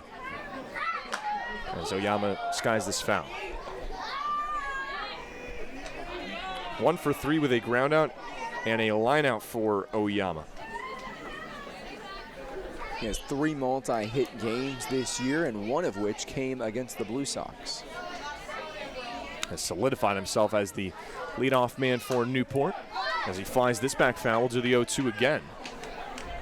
Hitting .259 coming into today, and this is 24th game. And he's got hits after tonight, now in 8 of his last 9 games with the Gulls. This pitch nearly comes in and clips him. Now it's 1-2. Making the move from Loyola Marymount University to UCLA, as he announced just a few days ago after what was a sensational year with the Lions, where he hit .330. He hits this foul. Really nice job here by Oyama. Had to protect on the first couple pitches, and now is just trying to fight off anything he can to keep this inning alive for Newport. That's the fight that Kevin Winsrode wants to see in his team when they're 4-0 down. Make the pitchers work. Earn these outs. As the 1-2, this time it does come in and hit him. So Oyama will be on base for the second time tonight. Some speed for Newport on the base paths, and the inning alive still for Dawson Brigman. Exactly what I'm talking about right there. He fouls a couple pitches off, and he earns that first base with some stripes there as that one came on the inside. And Blue Sox have drilled a couple of goals here tonight. Vice versa, the Gulls have hit a couple of Blue Sox tonight. But now a big opportunity for Dawson Brigman with multiple runners on. He has been on twice tonight, reached on an error in the first and walked in the fifth. And this one of the bigger Newport opportunities here tonight. Yeah, with how this game's going, this might be the biggest at-bat for the Newport Gulls. Really absolutely desperate for something offensively. Acuff on second and Oyama on first. 1-0. Comes in inside now, 2-0. And for Panisak on the mound, starting to lose the zone a little bit. Not what you want out of one of your primary relievers here for Hez Randolph. Trust him late on in ball games, but as of late has looked human. And now Hez is going to come out to the mound, actually. If you're Dawson Brigman here, clearly he's having some control problems. Don't give him a present. Don't go aggressively swinging at a pitch that's in the zone. Let him self-destruct. I will say it is hard to get Daniel Panisak to self-destruct. He only really done it once, and that came when he had a bases-loaded walk to lose the game at Mystic back in June. But in the time between the Gulls and the Blue Sox last meeting, he had one of the most dominant bullpen outings I've ever seen. A 12-out save. The Blue Sox were down to 3 relievers that day, and it was really 2.5 because Ryan Toll, the primary closer for the Blue Sox, had a messed up oblique that he needed to recover. So Panisak, knowing that Toll wasn't going to bring his A game, went 12 outs to record the save and left the bases loaded against the Westerners. Nerves of steel this kid has. He is the second reliever out of the pen for Hez Randolph tonight. And now in one of the tighter spots that Valley's been in all night. 2-0 to Brigman. Upstairs for ball 3. And now in danger of loading the bases. Yeah, Brigman, such a keen eye at the plate, as mentioned earlier, leads the team in walks now with 21. Drew one in his last AB. 3-0. Inside, ball number 4. So after the hit by pitch to Kenny Oyama, 4 straight balls for Dawson Brigman, and that makes things a whole lot more intriguing as the Gulls bring the tying run to the plate. And with Cochran and then Wood, this is a huge opportunity for Newport. You can't let this one go without at least getting something. If the Gulls are going to come back and win this game, this is the huge moment that they've been looking for. It's really the big moment they've been looking for since they last won a game 9 games ago. As Cochran swings and drives the first pitch deep to right. This ball is gone! Sam Cochran, what a time for your first home run as a Newport goal. A game-tying grand slam. It's 4-4. You wanted a spark. You wanted a player to come through. How about that? Your first home run of the season. It could not come at a better time. He's been such a player for the Gulls this year. He comes through when they need it most. And this game has done a complete 180. Wow. Zach, and there's life, this team. This is the fight that we haven't seen in weeks, but it's back, and there's an energy in this stadium that's been missing, but it's back. You can feel it in the air. Unbelievable. The biggest of the season by the Newport Gulls All-Star Sam Cochran just fair down the right field line. And we are all tied up at 4 as this Cardines field crowd erupts. Chaos at Cardines as Matt Wood swinging out of his shoes makes it 1-1. Oh my goodness.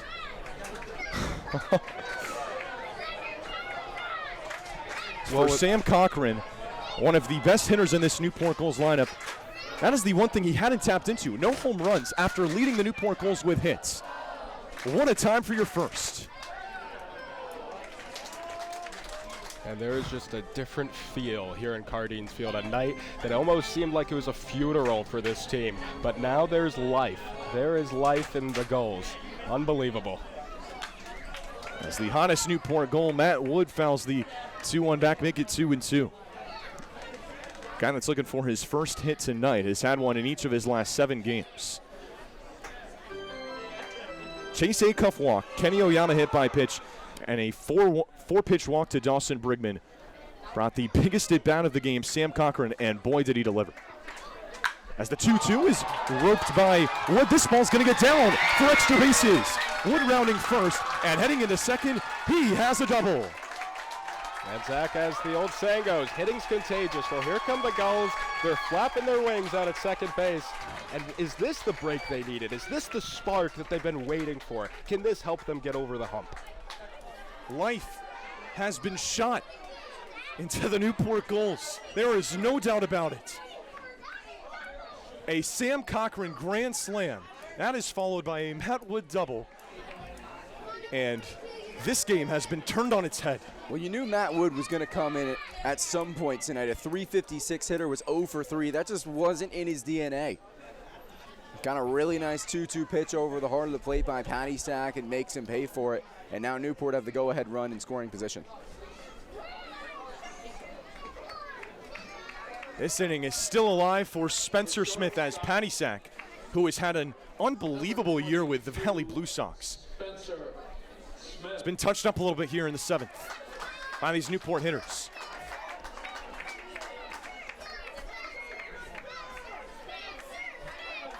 After being shut out all night, Newport 4 runs in the 7th inning has brought us even at 4. And the Newport Gulls All-Star shortstop Spencer Smith looking to break the tie. Looks at strike 1.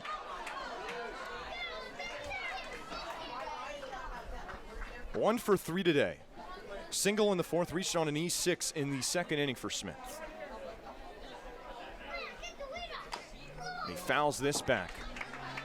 Now it's 1-1. 1-2 rather.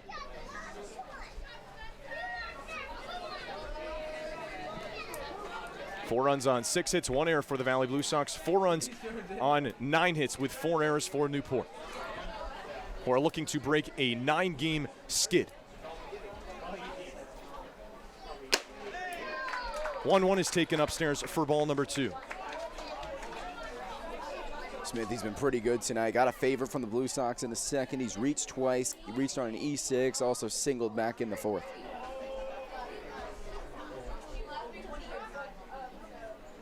1-2. Chopped hard right to Travis Holt. Makes a nice play to glove. It has to go across the diamond, and he does to retire the side. But the Newport Gulls have tied this ball game up 4-4 after 7, thanks to a Sam Cochran grand slam. All tied as we go to the 8th, but let's keep it here on the NECBL Broadcast Network for one more look around the NECBL with John Perrick. John?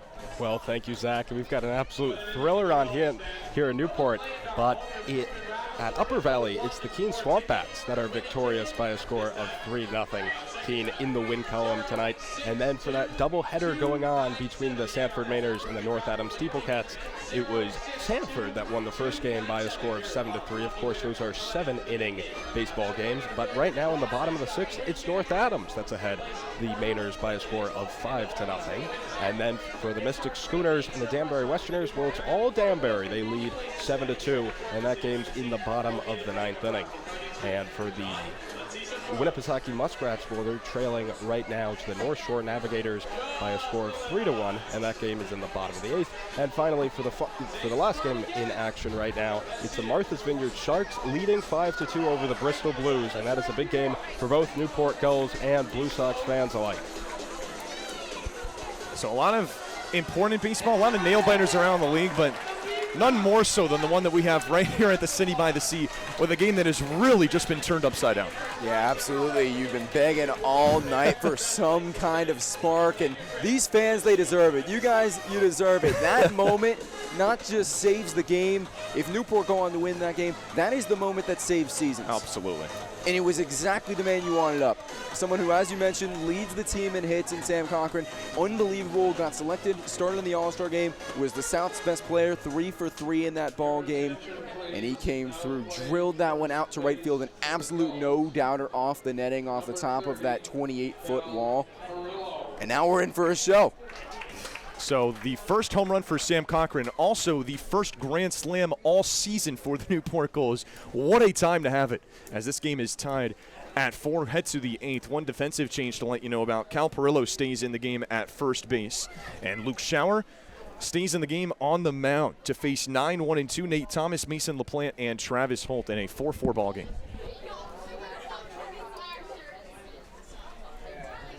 Thomas, a big hit, came in the 4th RBI single. Swinging for the fences on the first pitch, 0-1 now. For Schauer, now working into his 3rd inning, has yielded just 1 hit, no runs, and a pair of strikeouts for the Virginia Cavalier. Now his responsibility has gone up a lot more than what it was. Before it was keep it at 4-0. Now he's got to keep it at 4-4. As Thomas swings and misses at nasty off-speed stuff out of the arm of Luke Schauer, 1-2. 67 miles an hour. What a pitch right there. That will make you look really silly. Oh my goodness. You talk about off-speed. That defines the very word. Went back to the off-speed, but this time it just misses. I don't think any CBL leader in strikeouts too fond of that at the plate. If you're Nate Thomas. Starting at first base, hitting in the 9th spot for Hez Randolph's team. Goes out and gets the 2-2, and we'll do it again. That time 66 on the gun from Schauer.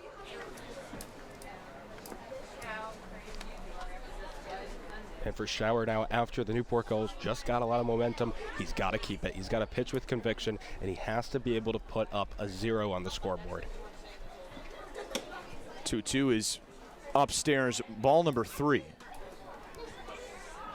Single and a pair of flyouts for Thomas tonight, who is hitting right around the Mendoza line. 2-0-2 coming into his 4th at bat here in the top of the 8th. Swings and misses at the payoff pitch. Ring him up for strike 3. Luke Schauer, a 3rd punch out for the reliever. There's 1 gone. That was just a great at-bat to watch between those two. We saw those off-speed pitches beautifully placed. We saw Thomas battle, but ultimately, as I mentioned earlier, that high fastball gets a lot of these Blue Sox hitters. Schauer knew that was in the scouting report, executed to perfection.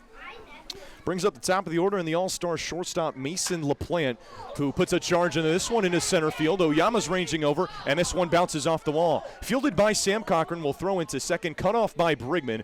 A 1-out double for the all-star Mason LaPlante. Does it again at Cardines Field, and the Blue Sox in business in the 8th. Yeah, and that's exactly the man you want to spark something here for the Blue Sox. Gets a nice pitch over the heart of the plate, just drills it into that awkward right center bit where the wall's split. It bounced off that wall, actually, went away from Oyama, went to Cochran, and LaPlante knew it from the second you hit it. That's extra bases. A dangerous part of the order to deal with, and that may just be why Greg Zackerson, the pitching coach for the Newport Gulls, will give a chat to Schauer in what has become an extended relief appearance. Now looking at 49 pitches. 39, I beg your pardon, for Schauer, but 2 1/3 innings. Replacing Levangie, who went an inning and 2/3, gave up 3 hits, 2 runs, both earned after what was a shortened start for Kellen Tulio. But with Zackerson on the mound, it looks like he will make the change to the bullpen, ending the day for Luke Schauer. We will have the new pitcher for you on the other side. 4-4 ball game with Valley threatening in the 8th. Be right back on the NECBL Broadcast Network.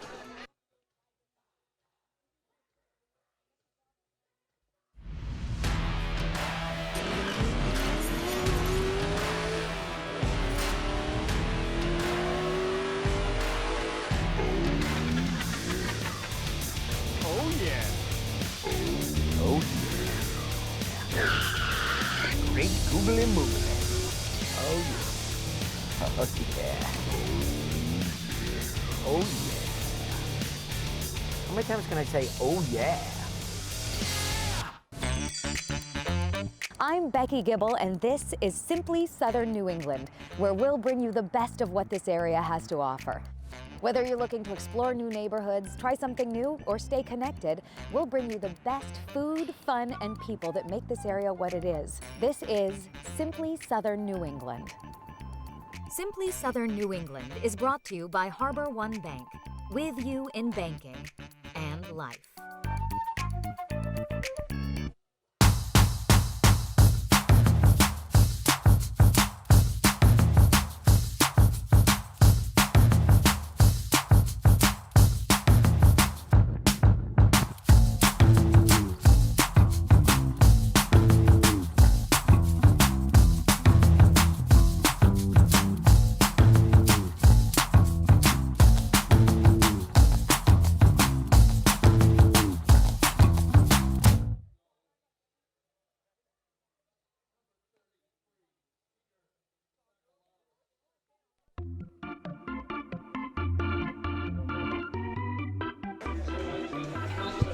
Buckle up, we've got a great one here at Cardines Field. Top of the 8th, and with 1 out, Kevin Winterode goes to the bullpen and calls on the former Newport Gulls closer Peter Sakalaris, coming in to a tie ball game, all knotted up at 4 and going to an arm that has succeeded as of late for Newport, making his team-leading 13th appearance.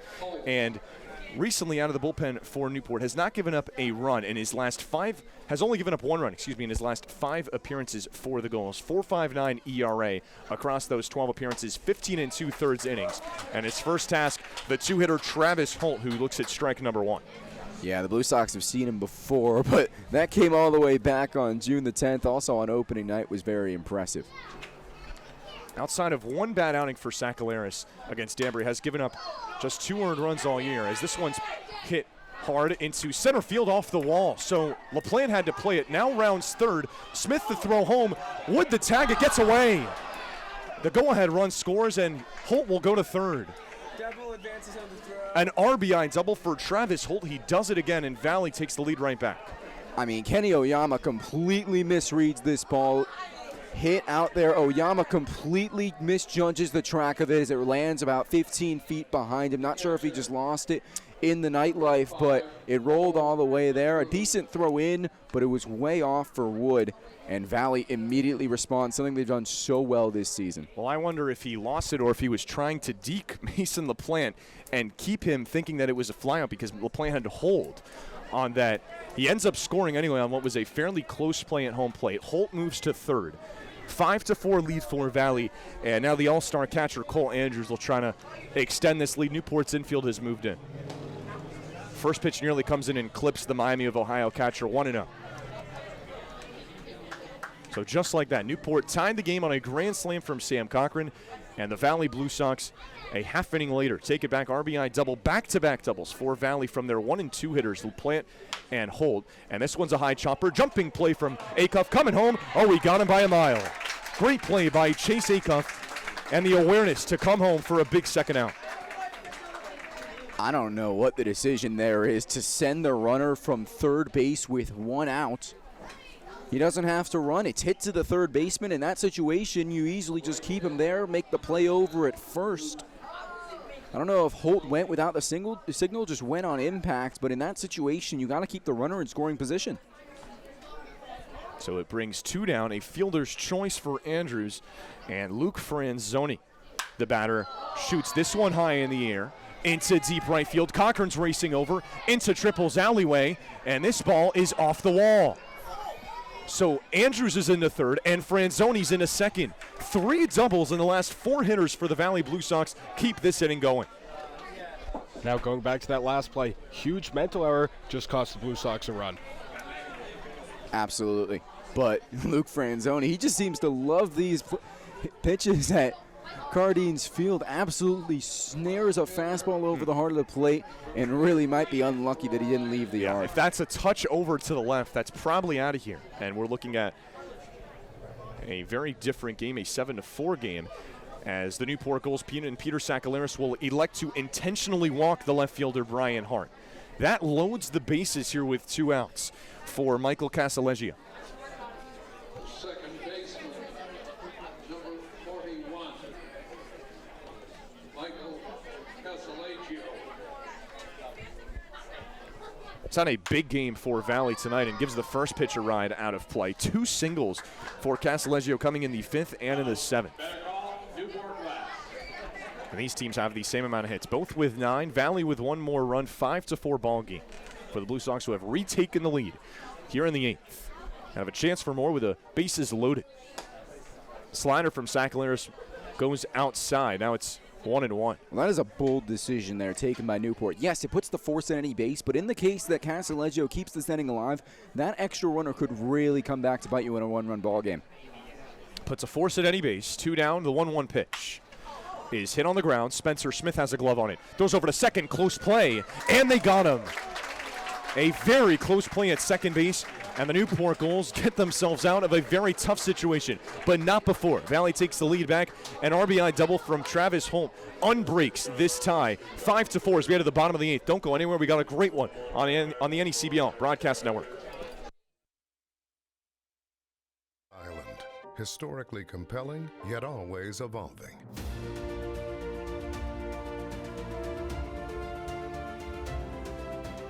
It is the classic coast. Discover Newport.org. You don't have to go far to experience the ultimate in Gilded Age architecture. Immerse yourself in these opulent palaces, the Breakers, the Marble House, and the Elms in Newport, Rhode Island. Open daily. NewportMansions.org. Doctors at University Orthopedics have been caring for the people of southeastern New England for more than 40 years. With the Warren Alpert Medical School of Brown University, we train the next generation of orthopedic surgeons. Our state-of-the-art facilities stretch from Westerly to Mansfield. At our East Bay Surgery Center, we've performed thousands of surgeries, including same-day total joint replacements. We've grown through the years, but our goal has always been getting you back to doing what you love to do. The best orthopedic care anywhere is right here. University Orthopedics. You choose your own course, set your own pace. We get that. And our community succeeds when we work together. At People's Credit Union, we've been about people helping people since we first opened our doors in 1922. That's what credit unions do. We serve our members and our communities. And that drives our every action, every single day. That means building strong ties and doing what's right for our community. Because at People's, you're more than just a member. You belong here and always will.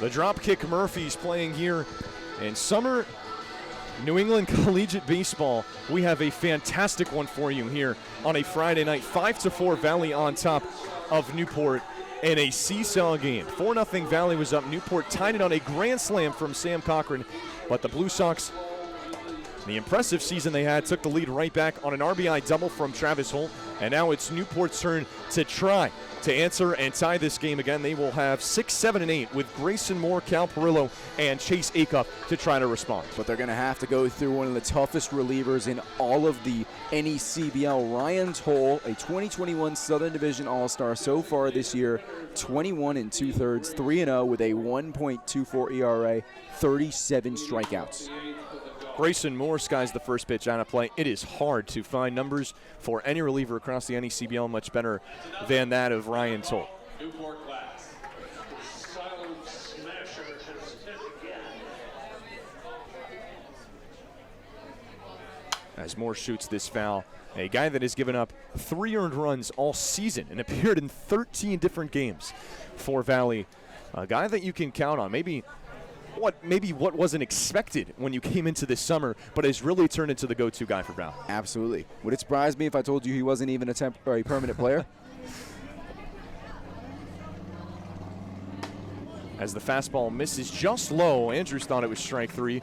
Instead, 1-2 the count to the Vanderbilt Commodore. And you're seeing exactly what Ryan Toll does best. Get out ahead in counts, use that high-velocity fastball to fool some of these hitters. 1-2. Swing and a miss for strike 3. Went down low and got Moore to go fishing after it. And that's what Ryan Toll does. There's one going. Exactly. Ryan Toll just so dominant with that fastball. Didn't get him on the 0-2 fastball. Got him on the 1-2 in almost the same spot. His 38th strikeout of the season. And that in just 22 innings full. Brings up the substitution for the Newport Gulls, Cal Perillo, who gets his second at bat. And for Newport, he led off that 7th inning with a ground out. Newport brought 7 to the plate, and he shoots and swings and drives this one into deep left field. Going back is the left fielder Hart. This ball's off the wall. Cal Perillo sliding into second with extra bases. And here we go. Here we go. During the break, I was talking to Ted Regan, and I said, first thing, Ted, what do you think so far? He said, this is when you learn what it means to be a pro. And what does that mean? It means that you learn to be prepared. That's the P in pro. It's when you learn to be resilient. That's the R. And then the O, ownership. And if the Gulls are going to win this game, they've got to show that they're a pro. Well, it brings up Chase Acuff, who started it all in the 7th. Hits the first pitch back foul. Singled and was the first run to score for Newport. After his single, Connor Kiley flew out, but Kenny Oyama was hit by a pitch. Dawson Brigman walked on 4 pitches, and Sam Cochran, his first home run as a Newport Gull, a grand slam that brought us even, and now Newport is looking to tie it again. Nasty breaking ball from Ryan Toll from 93 to a curveball, and it's 0-2. How about Cal Perillo, someone who, as you mentioned, making his first appearance in a while here at Cardines, but he has been excellent against the Blue Sox this season. 0-2 is foul back. We'll do it again. Now 5 for 11 in 4 games against the Blue Sox. Of course, he started opening night, had a Newport high in hits that night, went 3 for 5 with 3 singles. A couple guys that were not on this roster a couple weeks ago are being asked to come through in big spots. Perillo on second and Acuff at the plate. A nasty breaking ball in there for strike 3. Oh, he buckled him. And Ryan Toll, his second strikeout here already. I mean, when you go from 93-plus fastball to curveball changeup combination like that, it is so hard for hitters to do. They just keep guessing. That time just tried to lay off, but thinking was going down and away. 0-2 doesn't waste any time. 9-hitter Connor Kiley swings at the first pitch, swings and hits this one. Sliding stop by LaPlante, squeaks out of his glove. Perillo with a big turnaround third. They have him caught. Throw down to third, and now they have him caught in a rundown. Andrews with the ball, tries sliding back into third, the tag, and he's out. So Cal Perillo was caught indecisive after that ball squeaked out of Mason LaPlante's glove, and that brings an end to the bottom of the 8th inning. Wow. So Perillo was tagged out for out number 3, and it remains 5-4 Valley over the Newport Gulls as we head to the final frame here at Cardines Field. Listen to Newport Gulls baseball on the NECBL Broadcast Network.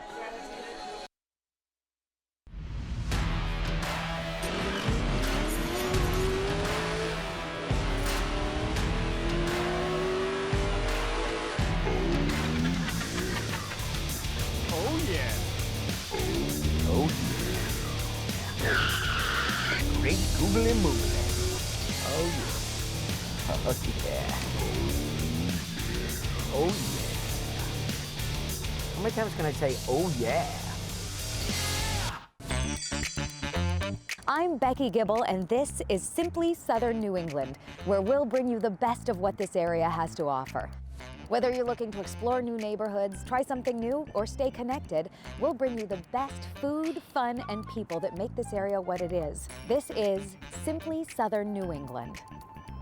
Simply Southern New England is brought to you by Harbor One Bank, with you in banking and life.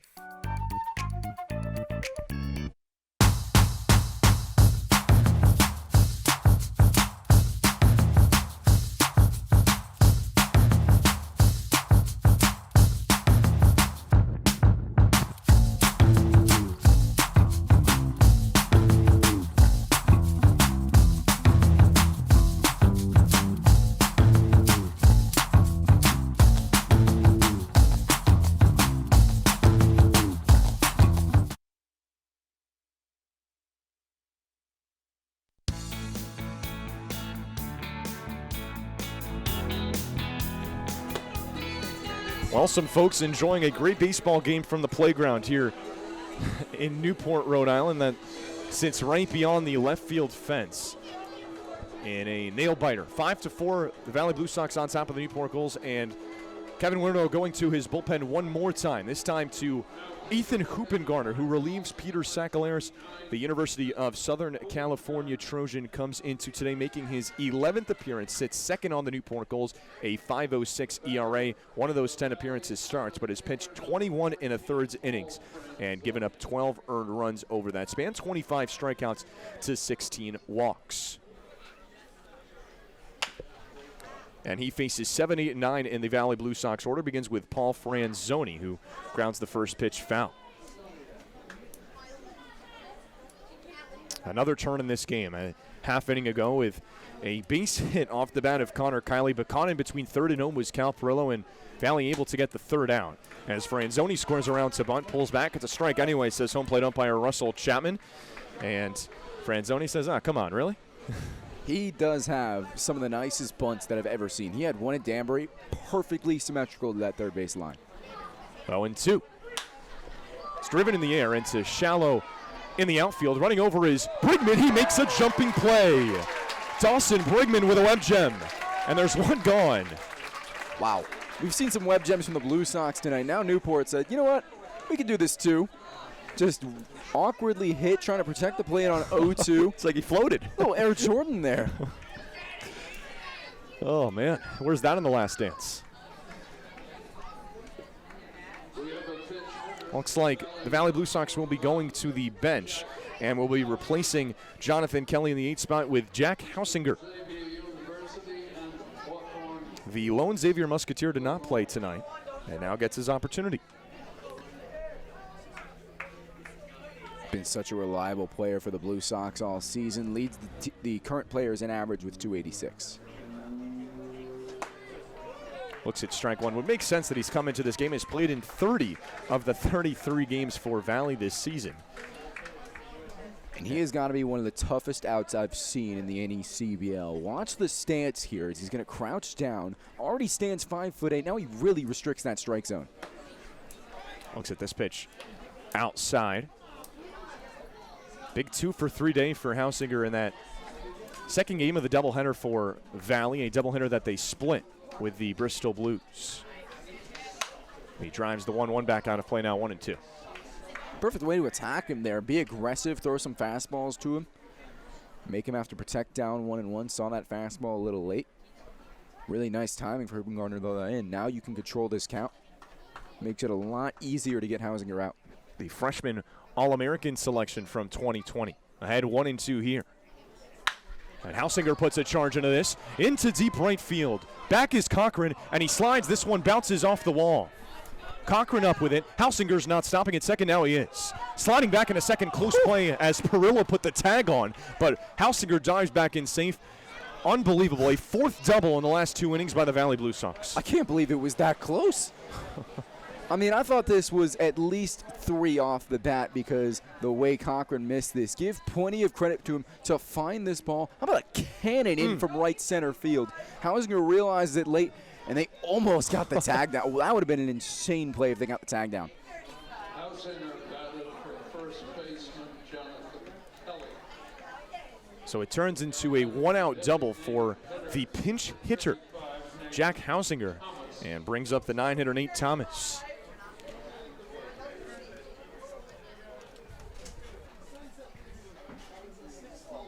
One on with 1 out. Newport looking to keep this at just a 1-run deficit before they head to the 9th. It will be the top of the order for the Newport Gulls to try to tie this game or win it. As Thomas gets a piece of this, hits it back to the backstop. 0-1 quickly.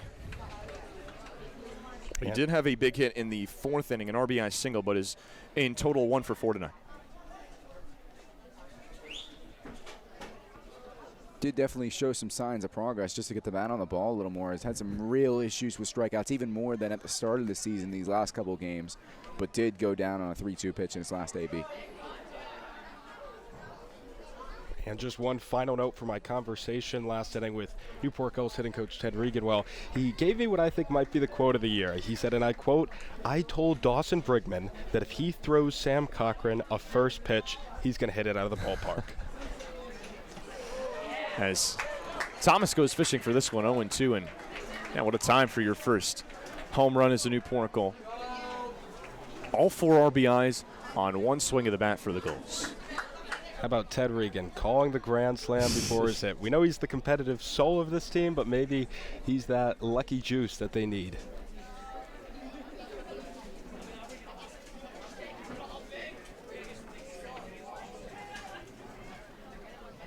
Runner goes. This one's in the dirt, and Hausinger has third easily. Great jump by Jack Hausinger, and Matt Wood had no chance of throwing him out. He's stolen his fair share of bags this year, and that is just an excellent jump there on an 0-2 pitch. He's expecting a waste pitch, got exactly that, and got into third, no problem. And now, if Thomas can get this one deep enough into the outfield with the infield playing in, it could be enough for 1 more run. Infield comes in 1-2, swing and a miss for strike 3. Oh, that's a big punch out for Ethan Huppengarner for out number 2. And just as quickly as Valley create that opportunity to get one home, it's taken away. Now has to be a base hit here for Mason LaPlante. Huge strikeout there because this whole entire game, it's really been defined by the Blue Sox aggressive base running, really putting themselves into situations where they can capitalize. A dangerous man to try to get for a 3rd out. Looks at ball number 1. The only man in this lineup to start in the All-Star game, and why not? The great season and a great performance in his last game here at Cardines Field fouls this one back. NECBL Player of the Week in large part because of his 4-for-5 game with a home run here at Cardines Field. It was a 12-10 shootout victory for the Newport Gulls. 1-1.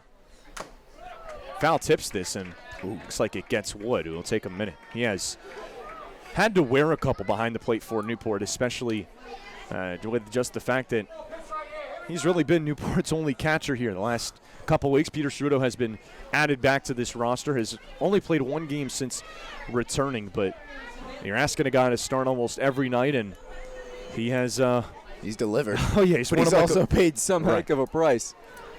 I mean, the Gulls actually had to play an outfielder. For those listening back in Springfield, they had to play Jordan Rogers, an outfielder from Michigan, at catcher for a couple games. And he had played a couple games at catcher with Michigan, but it's not his natural position necessarily. 1-2. It's a fastball upstairs now, 2-2 to LaPlante. I mean, it's normally vice versa. Catchers can play in the outfield, not outfielders can play as a catcher. But credit to him where it's due. Had to come into a big opportunity for this team, and he delivered. 2-2. Swing and a miss, strike 3. Oh, Ethan Hoopengarner, 2 big punch-outs to retire the side in the 9th. Gets out of a huge jam and gives the Gulls an opportunity. Newport needs a rally. 5-4, Valley on top as we go to the last of the 9th. Don't go anywhere here on the NECBL Broadcast Network. You choose your own course, set your own pace. We get that. And our community succeeds when we work together. At People's Credit Union, we've been about people helping people since we first opened our doors in 1922.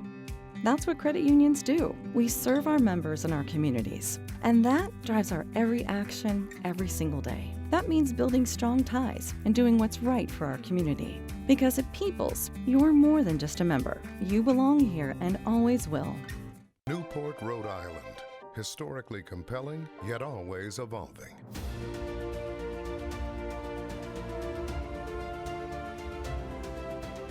It is the classic coast. Discover Newport.org. You don't have to go far to experience the ultimate in Gilded Age architecture. Immerse yourself in these opulent palaces, the Breakers, the Marble House, and the Elms in Newport, Rhode Island. Open daily, newportmansions.org. Doctors at University Orthopedics have been caring for the people of southeastern New England for more than 40 years. With the Warren Alpert Medical School of Brown University, we train the next generation of orthopedic surgeons. Our state-of-the-art facilities stretch from Westerly to Mansfield. At our East Bay Surgery Center, we've performed thousands of surgeries, including same-day total joint replacements. We've grown through the years, but our goal has always been getting you back to doing what you love to do. The best orthopedic care anywhere is right here. University Orthopedics.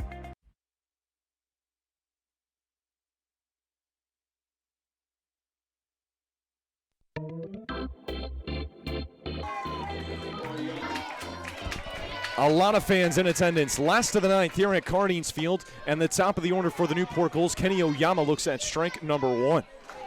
It is Ryan Toll who remains on the bump for the Valley Blue Sox, and why not? The All-Star selection got out of a very interesting jam in the 8th inning. A Cal Perillo double. He was gunned down between third and home on a bizarre play, a play that was a single for Connor Kiley. It squeaked out of the glove of Mason LaPlante, and they had Perillo caught. As Oyama's able to make contact on the 0-2 and stay alive. And what a job by Ethan Hoopengarner last inning, pitching like an absolute bulldog. A lot of conviction.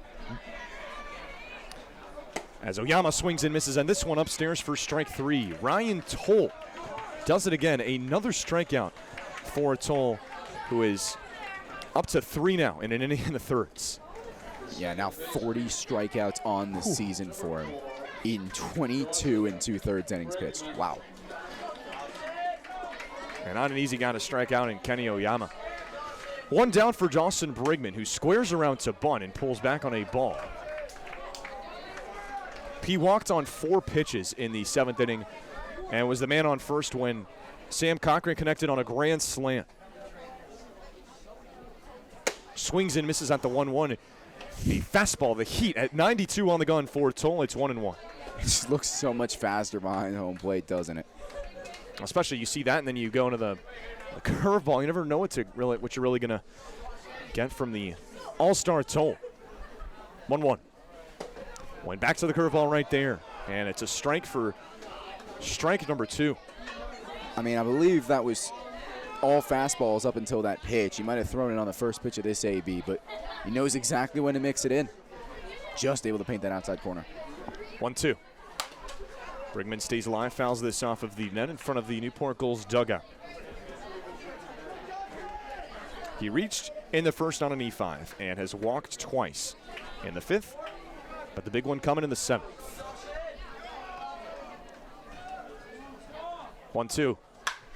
It's driven back up the middle on a line right to Franzoni. He makes the catch, and Newport's down to their final out. Yeah, again, he gets behind in that count. That breaking ball in the outside corner, a huge called strike two. Forced him to protect. Did the same on 2 straight pitches, fouled one off, and got some good contact on it, but straight to Luke Franzoni. And now Sam Cochran, who was the hero of the night, now has to come through again.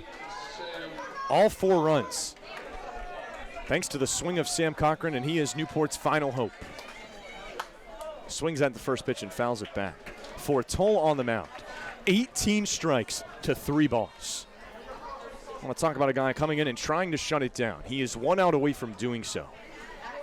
And the Newport Gulls hit leader, who picked up his first home run of the season, a grand slam, is trying to keep this game going for the Gulls. And he shoots the 0-1 back. Now Newport's down to their final strike. This will be interesting to see how many pitches he might want to waste here. He hasn't wasted a lot of times tonight. You date back to the Chase Acuff at bat. Had it up, down 0-2, didn't waste any time. We'll see what he does here. Back against the wall. 2 out and an 0-2 count here to Cochran. Driven in the air into shallow left, but coming in and making the catch is Brian Hart, and that'll do it.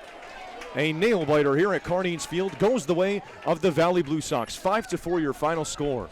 We'll come back with the Gulls postgame show right after this. Don't go away on the NECBL Broadcast Network. Choose your own course, set your own pace. We get that. And our community succeeds when we work together. At People's Credit Union, we've been about people helping people since we first opened our doors in 1922.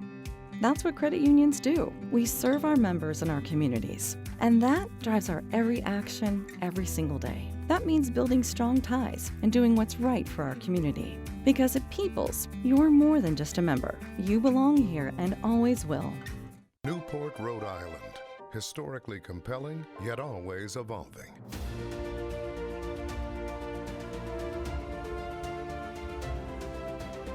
It is the classic coast. Discover Newport.org. You don't have to go far to experience the ultimate in Gilded Age architecture. Immerse yourself in these opulent palaces, the Breakers, the Marble House, and the Elms in Newport, Rhode Island. Open daily, newportmansions.org. Doctors at University Orthopedics have been caring for the people of southeastern New England for more than 40 years. With the Warren Alpert Medical School of Brown University, we train the next generation of orthopedic surgeons. Our state-of-the-art facilities stretch from Westerly to Mansfield. At our East Bay Surgery Center, we've performed thousands of surgeries, including same-day total joint replacements. We've grown through the years, but our goal has always been getting you back to doing what you love to do. The best orthopedic care anywhere is right here. University Orthopedics.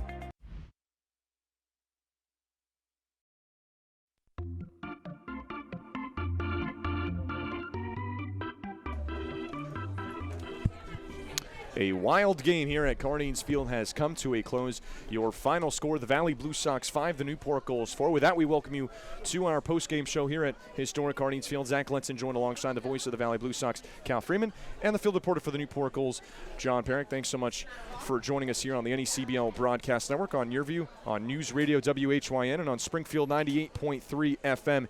And what was a wild game between these two. Valley jumped out to a 4-0 lead And they did get the hit, even though Newport was able to bounce back and tie this game, which we'll get to in a moment.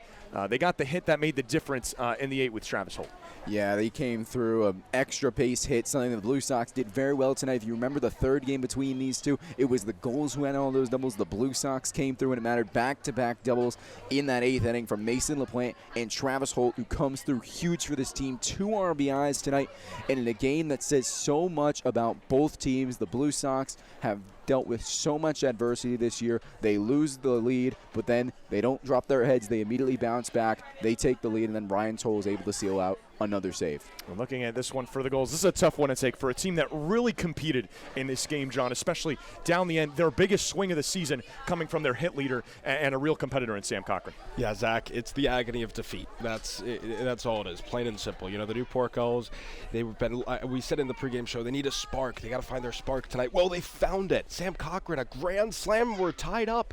But then there's one thing you can't do. If you want to go far in the NECBL, and if you want to go deep into the playoffs, you cannot be running into outs on the base paths, and that's what happened with Cal Perillo at third base, and that's a big reason why the Newport Gulls are not in the win column tonight.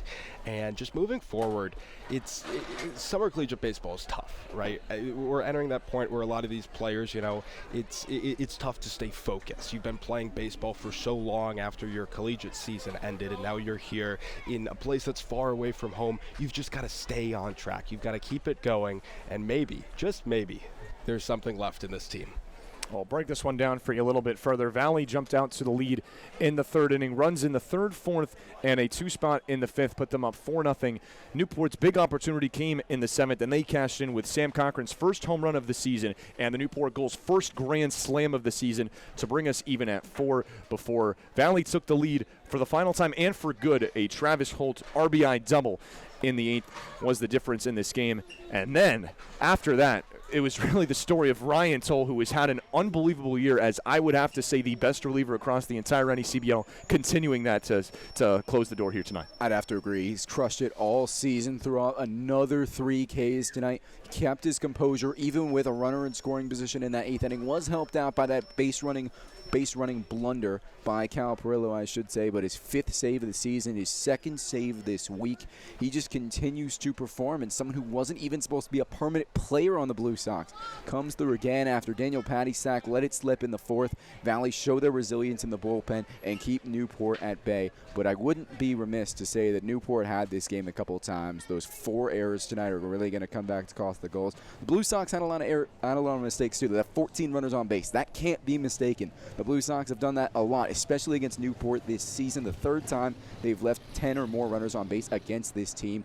But ultimately, the biggest story, Newport usually destroy these Blue Sox pitchers. They averaged 8.5 runs coming into this game against the Blue Sox tonight, held to just 4 on the 1 scoring play. So the final lines for each of these teams: 5 runs on 10 hits and 1 error for Valley, 4 runs on 11 hits and 4 errors for the Newport Gulls, who will be back in action tomorrow. Valley moves to 20-13. Newport falls to 16-17 here this summer. But for now, that'll do it for us up here in the booth. Cal, it was great having you here, and I know you get a long drive over back to Holyoke tonight, so let's get to that. Yeah, and right back to action tomorrow, right back here in Rhode Island against the Ocean State Waves as this end of the season just ravages on. All right, well, that'll do it for us up here and for our Your View coverage. When we come back on NECBLnetwork.com, I'll toss it over to John Perrick to give us a look around the NECBL and around this game in general. But for now, signing off on Your View for the final time, Valley wins this one over the Newport Gulls by a score of 5-4. And welcome back here to the NECBL Broadcast Network post-game show. I'm John Perrick. Well, the Newport Gulls tonight, they fell by a final of 5-4 to the Valley Blue Sox. And now the question remains, what's next? Well, Newport's now dropped 10 consecutive games, and here at the NECBL, it can seem like a really dark place when you start to dig such a deep hole for yourself. But keep in mind, there is life. This team is not out of the playoffs. Every team's going to make it into the playoffs. So it becomes a question of whether or not you can get hot at the right time. And if that's really the final, then the Newport Gulls season doesn't start till the playoff till the playoffs begin. And I really think that's how the Newport Gulls need to be looking at this.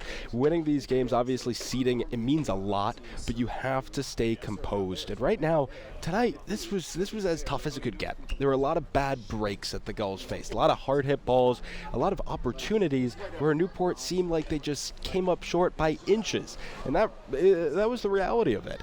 But in the end, a lot of unforced errors, and that's something I really want to focus on tonight. You can't expect to win baseball games at any level if you're making unforced errors, especially when you're taking on a team such as the Valley Blue Sox that completely capitalized on every opportunity you gave them. This Blue Sox team, they proved why they right now are tied for first place with the Martha's Vineyard Sharks.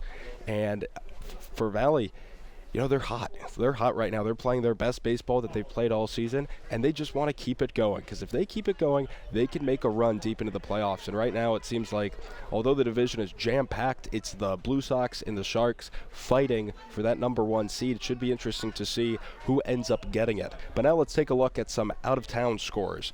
So it was a very busy night here across the NECBL. A great Friday night of baseball, and it was the Keene Swamp Bats who went into Upper Valley, and they came out victorious by a final of 3-0. Pardon. And then for the Sanford Mainers and the North Adams Steeplecats, well, they were playing in a little day-night doubleheader, and they split the doubleheader with Sanford winning the first game by a final of 7-3, and the second game was all North Adams. They won 5-1. That lone Mainers run came in the top of the 7th. Again, doubleheaders are 7-inning baseball games. So they split the doubleheader there, falling to the Navigators by a final of 4-1.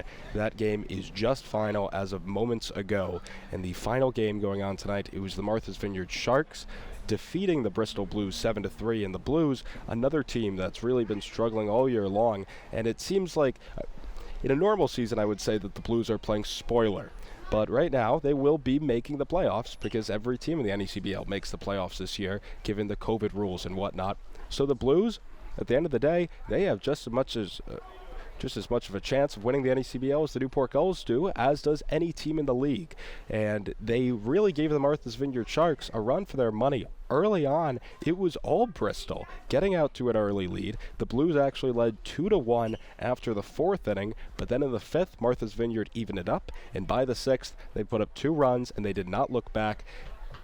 Really, the Sharks tonight defined what it means to be a good baseball team, as they just kept on rallying. A total of 12 hits, 7 runs, and they're in the win column. So the Sharks in the win column, they came into tonight tied for first place with who? The Valley Blue Sox. And as we know here at Cardines Field, it was the Blue Sox that were victorious. And now, as we are preparing for our player of the game, it's going to be Sam Cochran, and he will be down on the field with Zach Letson, the voice of the Newport Gulls. And let's send it there now.